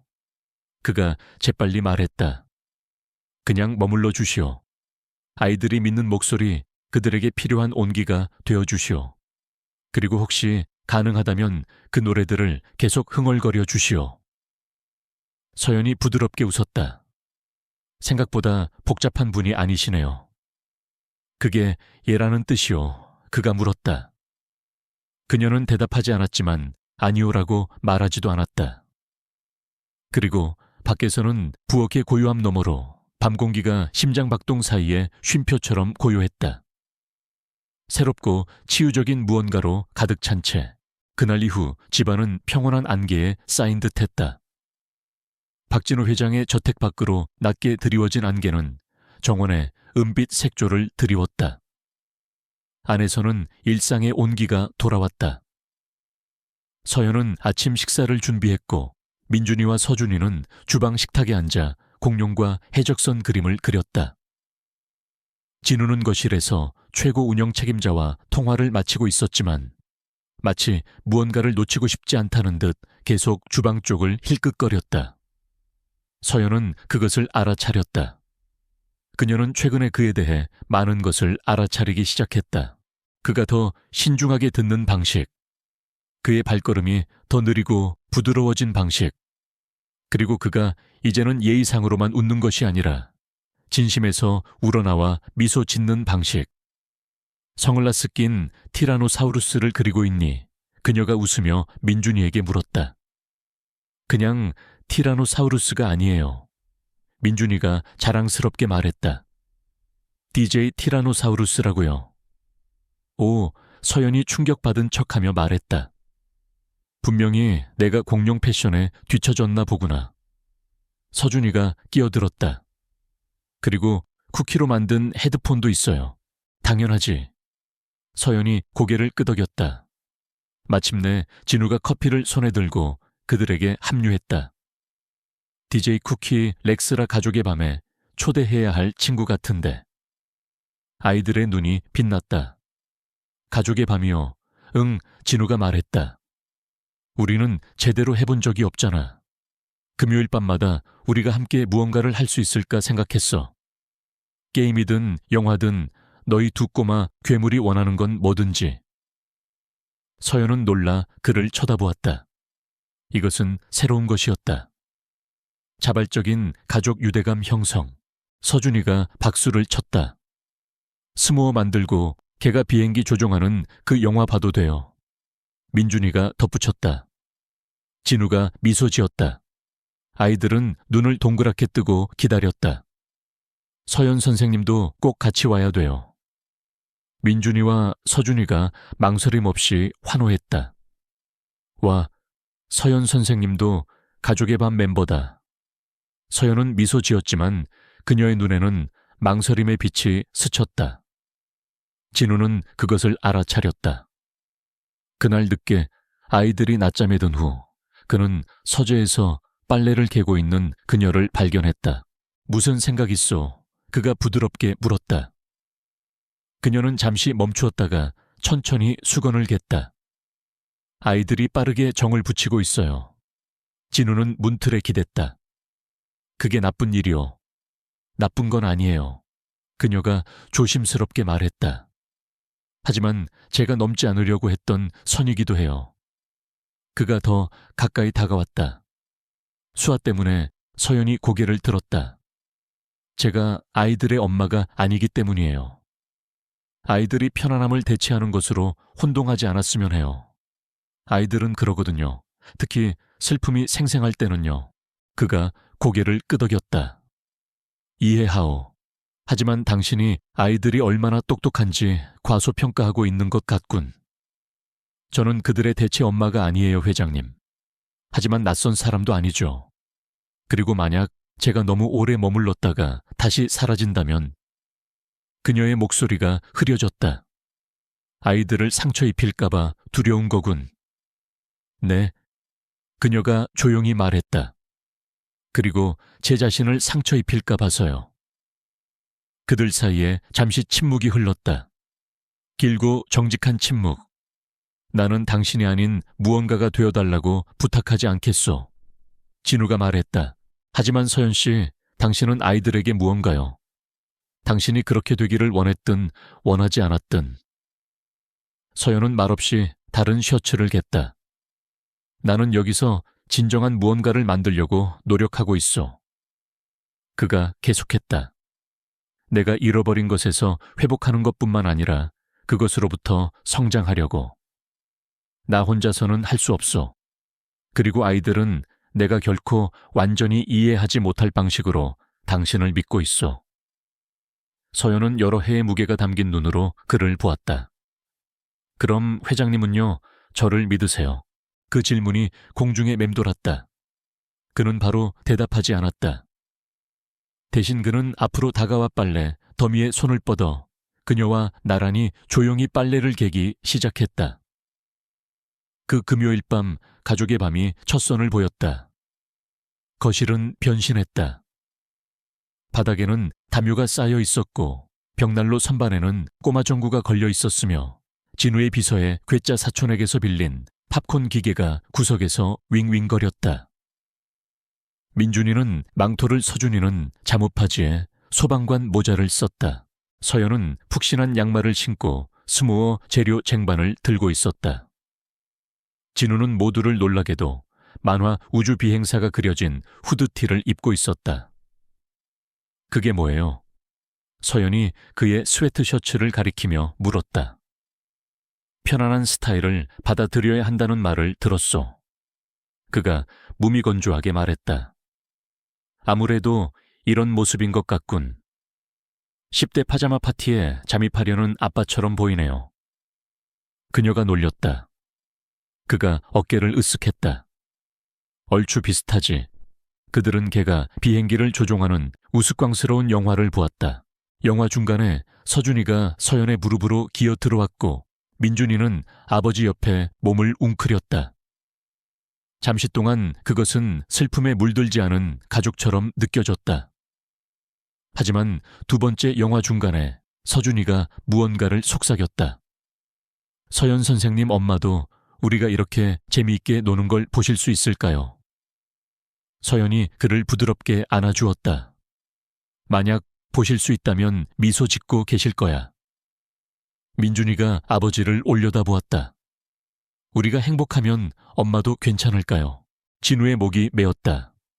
그는 서연을 보고 다시 아들들을 보았다. 엄마는 너희가 행복하다는 것에 안도하실 거야. 그가 부드럽게 말했다. 무엇보다도 그걸 원하셨을 테니. 서준이가 졸린 듯 고개를 끄덕였다. 그럼 다행이다.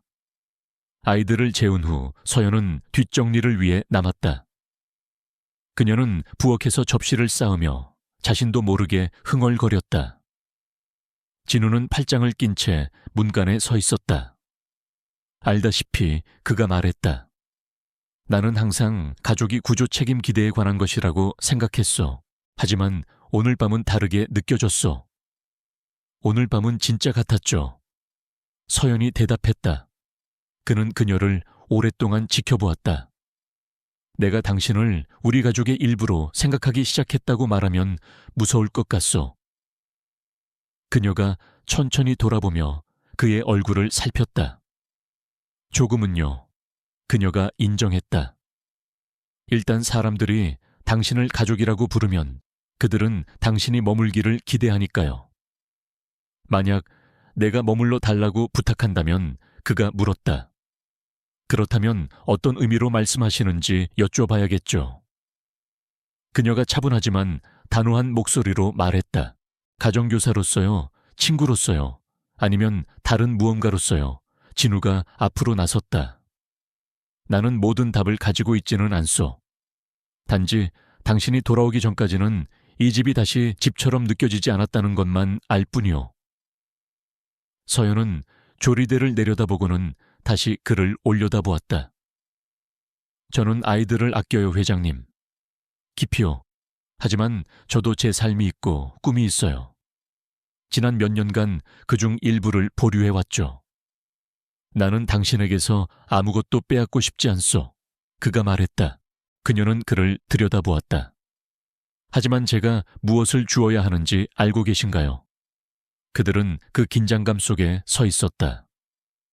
로맨스가 아닌 신뢰 슬픔, 그리고 표면 아래에서 형성되고 있는 더 깊은 무언가에 기반한 현실적이고 정직하며 성숙한 긴장감.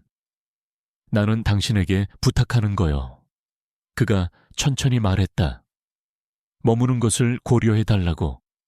영원히도 아니고 맹목적으로도 아니오. 단지 우리가 이게 무엇인지 알아낼 때까지 조금만 더. 서연은 바로 대답하지 않았지만 거절하지도 않았다. 그리고 그녀가 부엌불을 끄면서 말했다. 그냥 금요일 밤을 한 번에 하나씩만 생각하기로 해요. 진우가 미소 지었다. 지금으로서는 그것으로 충분했다. 윤지혜의 방문 이후 며칠은 팽팽하게 당겨진 현처럼 지나갔다. 조용하고 긴장되었으며 말로 표현할 수 없는 무언가로 진동했다. 서연은 이제 더 조심스럽게 집안을 오갔다. 일상 아래에 깔린 저류, 즉 다가오는 법정기일, 진우의 책상 위에 쌓여가는 서류들, 그리고 그의 눈에 담긴 무게를 항상 의식했다. 아이들 역시 그것을 감지했다. 서준이는 평소보다 더 서연에게 매달렸다. 민준이는 잠자리에서 날카로운 질문들을 더 많이 했다. 우리는 아직 가족이에요. 혹은 누가 선생님을 데려가면 어떡해요? 어느 날 저녁 서연이 아이들을 재우는데 서준이가 속삭였다. 서연 선생님, 우리가 정말 열심히 기도하면 그 아줌마 가게 할 수 있어요. 서연은 잠시 말을 멈추고 그의 침대 가장자리에 앉았다. 기도는 마법 주문이 아니란다, 아가. 하지만 무서운 기분이 들 때도 우리가 강하고 친절하게 머물도록 도와주지. 하지만 그 아줌마는 친절하지 않아요. 민준이가 자기 침대에서 덧붙였다. 아마도 그렇겠지. 서연이 부드럽게 말했다. 하지만 우리는 다른 사람의 심술구줌이 우리의 평화를 빼앗아 가게 두지 않아. 우리는 우리가 좋다고 알고 있는 것을 굳게 붙잡는 거야. 서준이가 고개를 숙였다. 선생님이 좋은 거예요. 그 말은 겨울에 단단히 맨 스카프처럼 서연의 마음을 감쌌다. 그녀는 두 아이의 이마에 입을 맞췄다. 그리고 너희 둘은 내가 용감해져야 할 이유란다.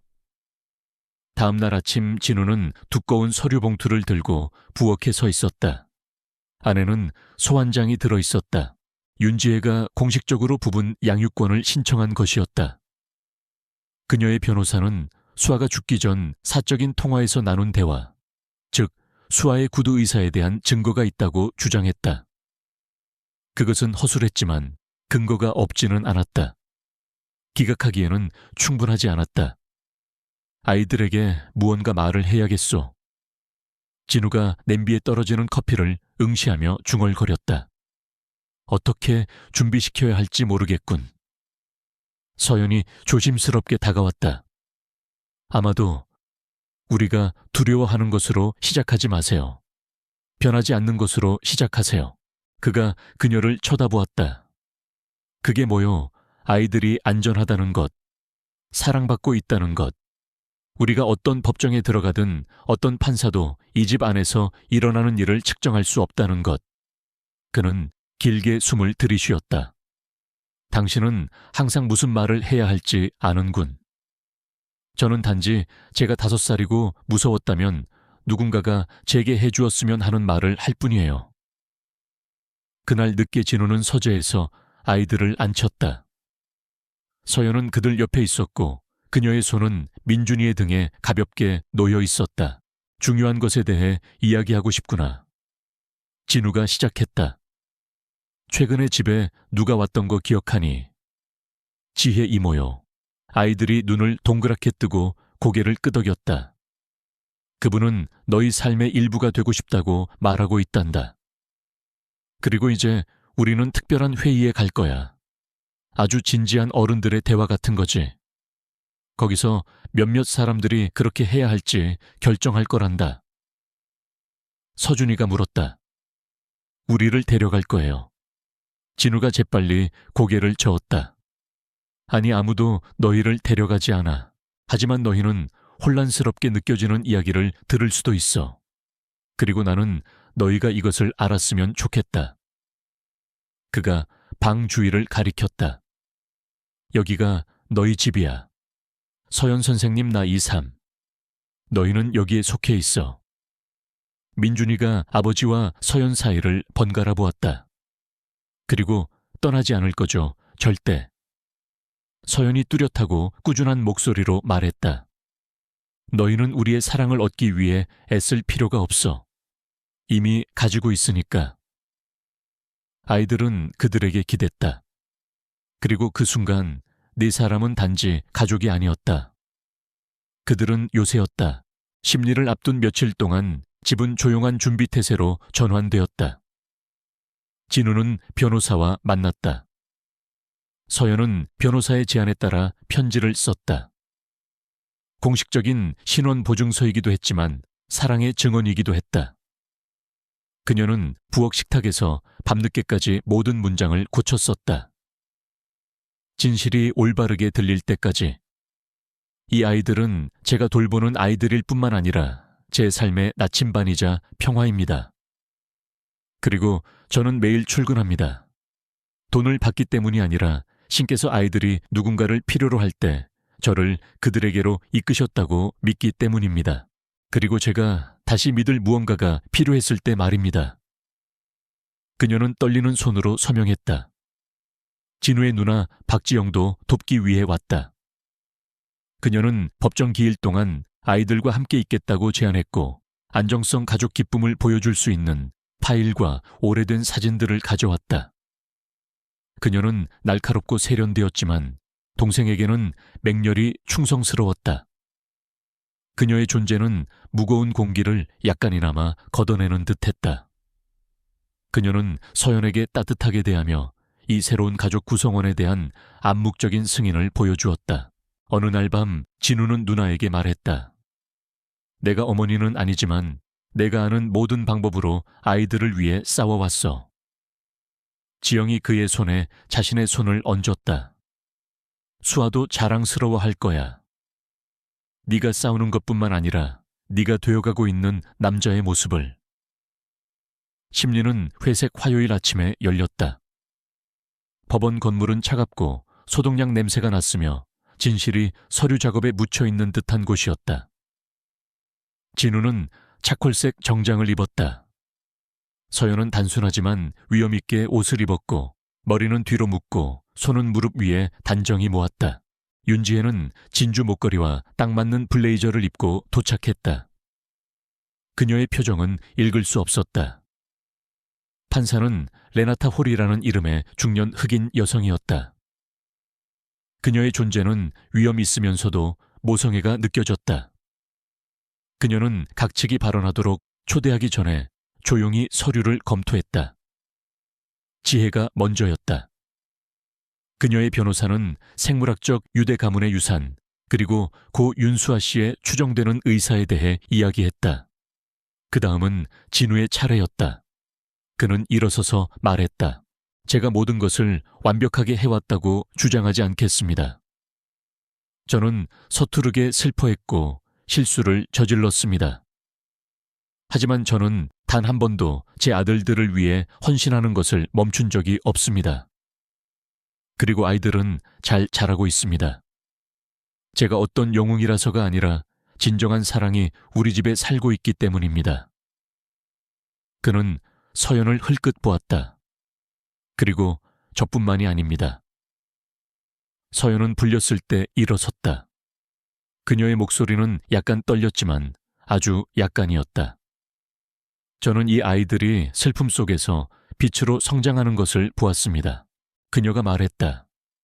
아이들은 우는 것, 웃는 것, 질문하는 것을 두려워하지 않습니다. 아이들은 여전히 어머니를 위해 기도하고 어머니가 잊히지 않았다는 것을 압니다. 이것은 혈연의 문제가 아닙니다. 이것은 아이들이 스스로 걸을 수 없을 때 누가 그들을 안아주는지에 관한 문제입니다. 홀 판사는 그녀를 오랫동안 바라보았다. 그리고 진우를 그 다음 지혜를. 몇 시간의 토론 법률 용어, 반대 신문, 그리고 정적 끝에 판사는 마침내 파일을 덮었다. 윤지혜 씨, 그녀가 말했다. 당신의 우려는 기록되었습니다. 하지만 법원은 잘 자라고 있는 아이들을 뿌리 뽑는 일에 관여하지 않습니다. 사랑 안정성, 그리고 의도가 오늘 이곳에서 증명되었습니다. 당신의 청원은 기각합니다. 진우는 몇 시간 만에 처음으로 숨을 내쉬었다. 홀 판사는 이제 더 부드럽게 계속했다. 슬픔은 가족을 갈라놓거나 혹은 함께 묶어줍니다. 법적 다툼을 통해서가 아니라 아이들이 선택한다면 친절을 통해 이 아이들과 치유를 모색하시기를 제안합니다. 지혜는 대답하지 않았다. 그녀는 지갑을 챙겨 다른 말 없이 떠났다. 그날 밤 집으로 돌아왔을 때 아이들은 저녁 식사 전에 잠이 들었다. 그날의 무게가 모두를 덮쳤다. 진우는 와인 2잔을 따라 뒷마당 현관에서 서연에게 한 잔을 건넸다.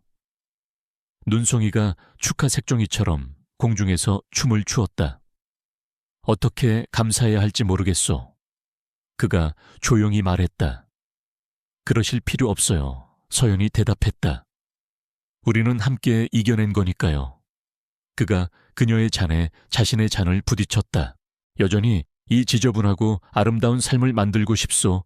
그녀가 미소 지었다. 매일매일요. 안에서는 위층 복도에 부드러운 숨소리가 가득했다.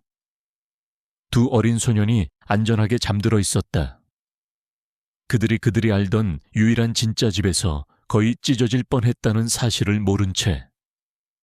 하지만 그 폭풍은 지나갔고 집은 비록 조용했지만 벽과 불로 지어진 것이 아니라 지켜진 약속과 속삭이는 기도, 그리고 법정에서 증명할 필요 없이 진짜인 사랑으로 지어진 그 어느 때보다 강하게 서 있었다. 법원 판결 다음 날 아침 햇살이 따뜻한 축복처럼 박진우 회장의 집 안으로 쏟아져 들어왔다. 햇살은 커튼 사이로 스며들어 액자 꼭대기에 입을 맞추고 민준이와 서준이가 나란히 누워 소파 다리 한쪽에서 다른 쪽으로 뻗어나가는 거대한 레고 요새를 만들고 있는 양탄자 위에 부드럽게 내려앉았다. 진우는 커피잔을 손에 들고 문간에 서서 서연이 알아차리게 된 표정, 즉 조용한 경외감으로 아들들을 지켜보고 있었다. 그의 어깨의 무게는 한결 가벼워졌다. 그는 여전히 슬퍼하고 여전히 배우고 있는 남자였지만 이제는 힘들게 얻은 땅에 뿌리를 내린 가벼움으로 움직였다. 서연이 복돼서 다가와 깔끔하게 접힌 빨래 더미를 들고 있었다. 그녀는 그의 옆에 멈춰 섰다. 마침내 집이 무너지지 않을 거라고 믿는 사람처럼 보이네요. 그가 미소 지었다. 처음으로 그러지 않을 거라는 걸 아는 것 같소. 아래층에서는 그의 누나 박지영이 짐을 싸고 있었다. 그녀는 심리 이후 며칠을 더 머물며 아이들을 돌보고 퍼즐을 맞추고 서연의 레시피 중 하나를 시도해 보통의 성공을 거두었다. 그녀가 가방 지퍼를 올릴 때 서연이 손님 방으로 들어갔다. 감사하다고 말씀드리고 싶었어요. 서연이 포장된 시나몬 쿠키 깡통을 지영에게 건네며 말했다. 지영은 웃으며 그것을 받았다. 서연 씨가 그들을 구했어요. 아이들뿐만 아니라 내 동생도요. 서연이 고개를 저었다. 그가 스스로를 구한 거예요. 저는 길이 어두워졌을 때 빛을 들고 있었을 뿐이에요. 지영은 이제 더 조용한 어조로 그녀를 보았다. 두 사람이 앞으로 어떻게 될지는 모르겠지만 무엇이든 간에 그건 진짜예요. 제 눈에는 보여요. 서연은 바로 대답하지 않았다. 그녀는 깡통을 가슴에 더 가까이 눌렀다. 아직 치유 중인 사람을 사랑하는 건 쉽지 않죠. 어쩌면 그게 가장 순수한 종류의 사랑일지도 몰라요. 지영이 대답했다. 기다리는 사랑, 상처를 보고도 머무는 사랑. 어쨌든 12월이 계속되면서 아이들은 크리스마스의 약속에 매료되었다. 매일 아침 그들은 거실로 달려가 강림절 달력을 확인하고 작은 초콜릿이나 산타 도우미들의 송글씨 메모에 환호했다. 서연은 새로운 전통, 즉 친절 쪽지를 도입했다. 매일 민준이와 서준이는 항아리에서 과제를 뽑았다. 누군가를 웃게 하기, 칭찬하기, 또는 식탁 차리는 것을 돕기. 그것은 조용한 나눔의 게임이 되었고 진우조차도 별다른 내색 없이 참여했다. 어느 날 밤 아이들이 잠자리에 든 후 진우와 서연은 벽난로 옆에 앉아 트리에 걸 팝콘을 꿰고 있었다. 트리는 웅장하지 않았다. 작고 소박했지만 손수 만든 장식품과 종이 눈송이로 장식되어 있었다. 그것은 온기를 발산했다. 나는 이런 것들 없이 자랐소. 진우가 인정했다. 어머니는 장식을 하지 않으셨지. 크리스마스는 그냥 학교 쉬는 날이었어. 서연이 그를 흘끗 보았다. 수아 씨는요? 그녀는 휴일을 사랑했소. 그가 희미하게 미소 지으며 말했다. 하지만 그때조차도 나는 뒤로 물러서 있었지. 나는 항상 기쁨은 벌어야 하는 것이거나 너무 꽉 쥐면 잃어버릴 것이라고 생각했소. 그리고 지금은요, 그가 그녀를 보았다. 이제 나는 기쁨이 나누어야 할 것이라는 걸 깨달았소. 그리고 어쩌면 그것은 깨지기 쉬운 것이 아니라 우리가 조금씩 쌓아 올리는 것일지도 모르지. 서연이 팝콘 한 조각을 더 꿰며 고개를 끄덕였다. 이 화환처럼요. 그가 씩 웃었다. 정확히 이 화환처럼. 그들은 조용한 리듬에 빠져들었다. 나란히 벽난로가 그들 사이에서 타닥거리고 이른 베이킹에서 남은 시나몬 향이 맴돌았다. 그리고 마지막 팝콘실이 묶였을 때 서준이가 담요를 꽉 쥔 채 복도에 나타났다. 서연이 일어섰다. 무슨 일이니 아가? 그가 눈을 비볐다. 누가 선생님을 다시 데려가는 꿈을 꿨어요. 서연이 무릎을 꿇고 그를 팔에 안았다. 아무도 나를 데려가지 않아. 약속할게. 진우가 그들에게 합류하여 서준이의 등에 손을 얹었다. 내가 무서울 때 뭐가 도움이 되는지, 아니, 그가 물었다. 서준이가 올려다보았다. 내가 믿는 사람과 이야기하는 것, 그리고 때로는 기도하는 것, 비록 누가 듣고 있는지 항상 알지는 못하더라도. 서준이가 눈을 깜빡였다. 아빠도 이제 기도해요. 진우가 미소 지었다. 아직 배우는 중이지만 기도를 하면 덜 외롭게 느껴져서 좋구나. 서준이가 두 사람을 모두 껴안았다. 같이 해도 돼요. 그냥 작은 거 하나요. 서연과 진우는 시선을 교환하고는 고개를 끄덕였다. 그래서 거실 바닥에서 세 사람은 고개를 숙였다. 거창한 말도 연습한 문구도 없었다. 단지 속삭임이었다. 우리 집과 우리가 사랑하는 사람들에게 감사드립니다. 부디 우리가 용감해지도록 도와주세요. 서준이가 다시 잠자리에 든 후 서연이 진우를 보았다. 놀랍네요. 나 자신에게도 놀라고 있어. 그가 말했다. 하지만 폭풍에 대해 배운 게 있어. 때로는 멈추게 하려는 게 아니라 공기를 맑게 하려는 것일 때도 있다는 걸. 며칠 후 이번에는 발신 주소가 있는 편지가 도착했다. 윤지혜였다. 편지는 짧고 손으로 썼으며 꾸밈이 없었다. 박서방 모든 게 내가 틀렸소. 나는 두려움과 자존심 때문에 행동했소. 하지만 그 법정에서 나왔을 때 나는 당신의 가족이 온전하다는 것을 보았소.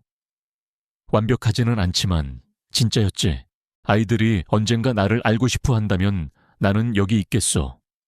하지만 이미 신성한 것에 억지로 끼어들지는 않겠소. 아이들과 그녀의 기억을 지켜줘서 고맙소. 윤지혜 드림. 진우는 편지를 조심스럽게 접어 수아의 시집과 함께 서랍에 넣었다.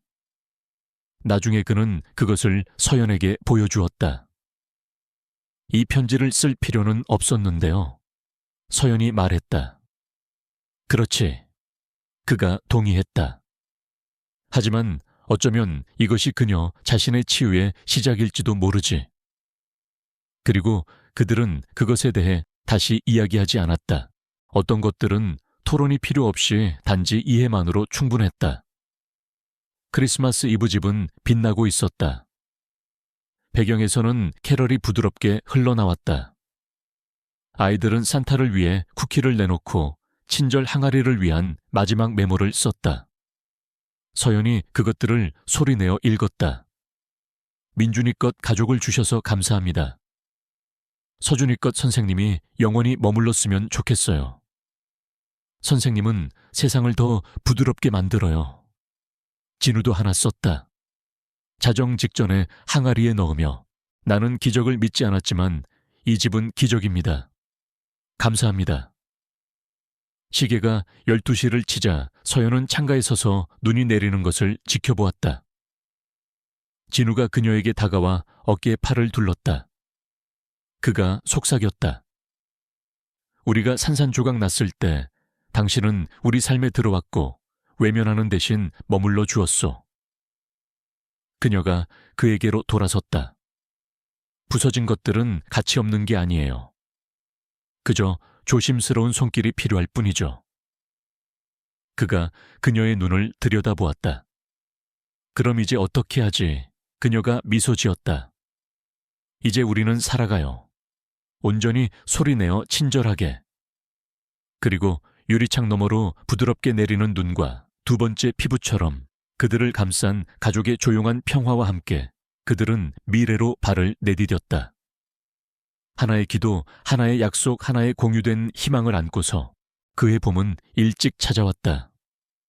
눈은 평소보다 빨리 녹아 다시 숨쉬고 싶어하는 부드러운 흙을 드러냈다. 튤립이 우편함 근처에서 고개를 내밀기 시작했고 앞마당의 늙은 떡갈나무에는 신선한 녹색 싹이 텄다. 조용한 결단력을 지닌 삶이 앞으로 나아가고 있었다. 부지 가장자리의 낡은 마차 보관소에서는 이제 대부분의 아침에 드릴과 망치 소리가 울려 퍼졌다. 진우는 약속을 지켰고 작은 팀을 고용하여 서연이 그녀의 비전을 실현하도록 도왔다. 한때 먼지 쌓인 창고였던 공간이 햇살과 웃음이 가득한 따뜻하고 개방된 학습센터로 변모하고 있었다. 어느 날 아침 서연은 페인트 견본과 희미한 톱밥 냄새에 둘러싸여 클립보드를 손에 들고 그 한가운데에 서 있었다. 그녀는 진우가 커피 2잔을 들고 안으로 들어서자 돌아섰다. 당신이 좋아하는 걸로. 그가 그녀에게 한 잔을 건네며 말했다. 설탕 없이 시나몬 추가. 그녀는 미소 지으며 그것을 받았다. 이런데 너무 능숙해지셨어요. 그가 어깨를 으쓱했다. 나는 그저 당신을 따라가려고 노력하는 것뿐이요. 그들은 잠시 나란히 서서 서연이 그녀의 센터 이름으로 선택한 정원방이 되어가는 골격을 바라보았다. 그 이름은 그녀가 조용한 기도 속에서 자주 되뇌던 구절에서 영감을 받았다. 너는 물된 동상 같겠고 물이 끊어지지 아니하는 샘 같을 것이라. 생각해 봤는데 그녀가 큰 창문 하나로 걸어가며 부드럽게 말했다. 개원식 날에요. 가족들만 모여서 작게 축복 기도 같은 걸 하고 싶어요. 진우가 고개를 끄덕였다. 기도를 의미하는 거요. 서연이 어깨 너머로 돌아보았다. 괜찮을까요? 내 생각엔. 그가 그녀를 향해 걸어가며 말했다. 그게 바로 딱 맞을 것 같소. 한편 아이들은 자신들만의 방식으로 꽃을 피우고 있었다. 서준이는 학교의 조기 음악 프로그램에 참여하여 작은 바이올린을 집에 가져왔고 아침 서시에 연습하겠다고 고집했다. 교향곡보다는 끽끽거리는 소리에 가까웠지만 서연과 진우는 모든 음에 박수를 쳤다. 늘 관찰자인 민준이는 스케치에 빠져들었다. 그는 작은 공책을 어디든 가지고 다니며 나무새, 그리고 때로는 그가 사랑하는 사람들의 조용한 초상화를 그렸다. 어느 날 오후 서연은 지갑을 열다가 아이들 옆에 무릎을 꿇고 머리 뒤의 태양을 후광처럼 두른 채 미소 짓는 자신의 접힌 스케치를 발견했다. 그녀는 그날 밤 그것을 진우에게 보여주었고 오랫동안 그들은 그저 그것을 바라보며 앉아 있었다. 둘 다 별말을 하지 않았다. 그럴 필요가 없었다. 한때 슬픔과 침묵으로 얼룩졌던 박씨 가족의 이야기는 다시 리듬을 타며 흥얼거리기 시작했다. 각 구성원은 자신의 목소리, 자신의 길을 찾아가고 있었다. 그러면서도 과거의 메아리는 사라지지 않았다. 그것들은 단지 교훈으로 부드러워졌을 뿐이었다. 비 오는 어느 화요일 서연이 저녁을 준비하고 있을 때 그녀는 예상치 못한 전화를 받았다. 서연 씨 저편에서 목소리가 들려왔다. 복된 희망교회의 제럴딘 수녀입니다. 숀달이라는 젊은 여성을 아셨을 거라고 믿습니다. 서연의 심장이 멎을 뻔했다. 숀달은 10대 시절의 친구였다. 밝은 웃음과 너무 많은 우애를 가진 문제 많은 영혼. 그들은 연락이 끊겼었다. 지난주에 세상을 떠났어요. 목소리가 부드럽게 계속되었다. 가족이 많지 않았지만 메모를 남겼더군요. 서연 씨의 이름을 언급했어요. 서연은 힘겹게 침을 삼켰다. 뭐라고 쓰여 있었나요? 그녀는 자신이 스스로를 믿을 수 없었을 때 서연 씨가 유일하게 자신을 믿어준 사람이었다고 했어요. 가능하다면 추모식에 와달라고 부탁했고요. 서연의 손이 전화기를 쥔 채 굳어졌다. 가겠습니다. 그날 밤 그녀는 진우에게 모든 것을 이야기했다. 그는 조용히 고개를 끄덕이며 존중의 표정으로 들었다. 가야 하오. 그가 말했다. 그리고 원한다면 내가 함께 가겠소. 추모식은 간단했다. 나무 그늘 아래 몇 줄의 접이식 의자. 션다의 다른 버전들을 알았던 소수의 사람들. 서연은 일어서서 말했다. 그녀의 목소리는 떨렸지만 꾸준했다. 그녀는 사랑하기 쉬운 사람이 아니었어요. 서연이 시작했다.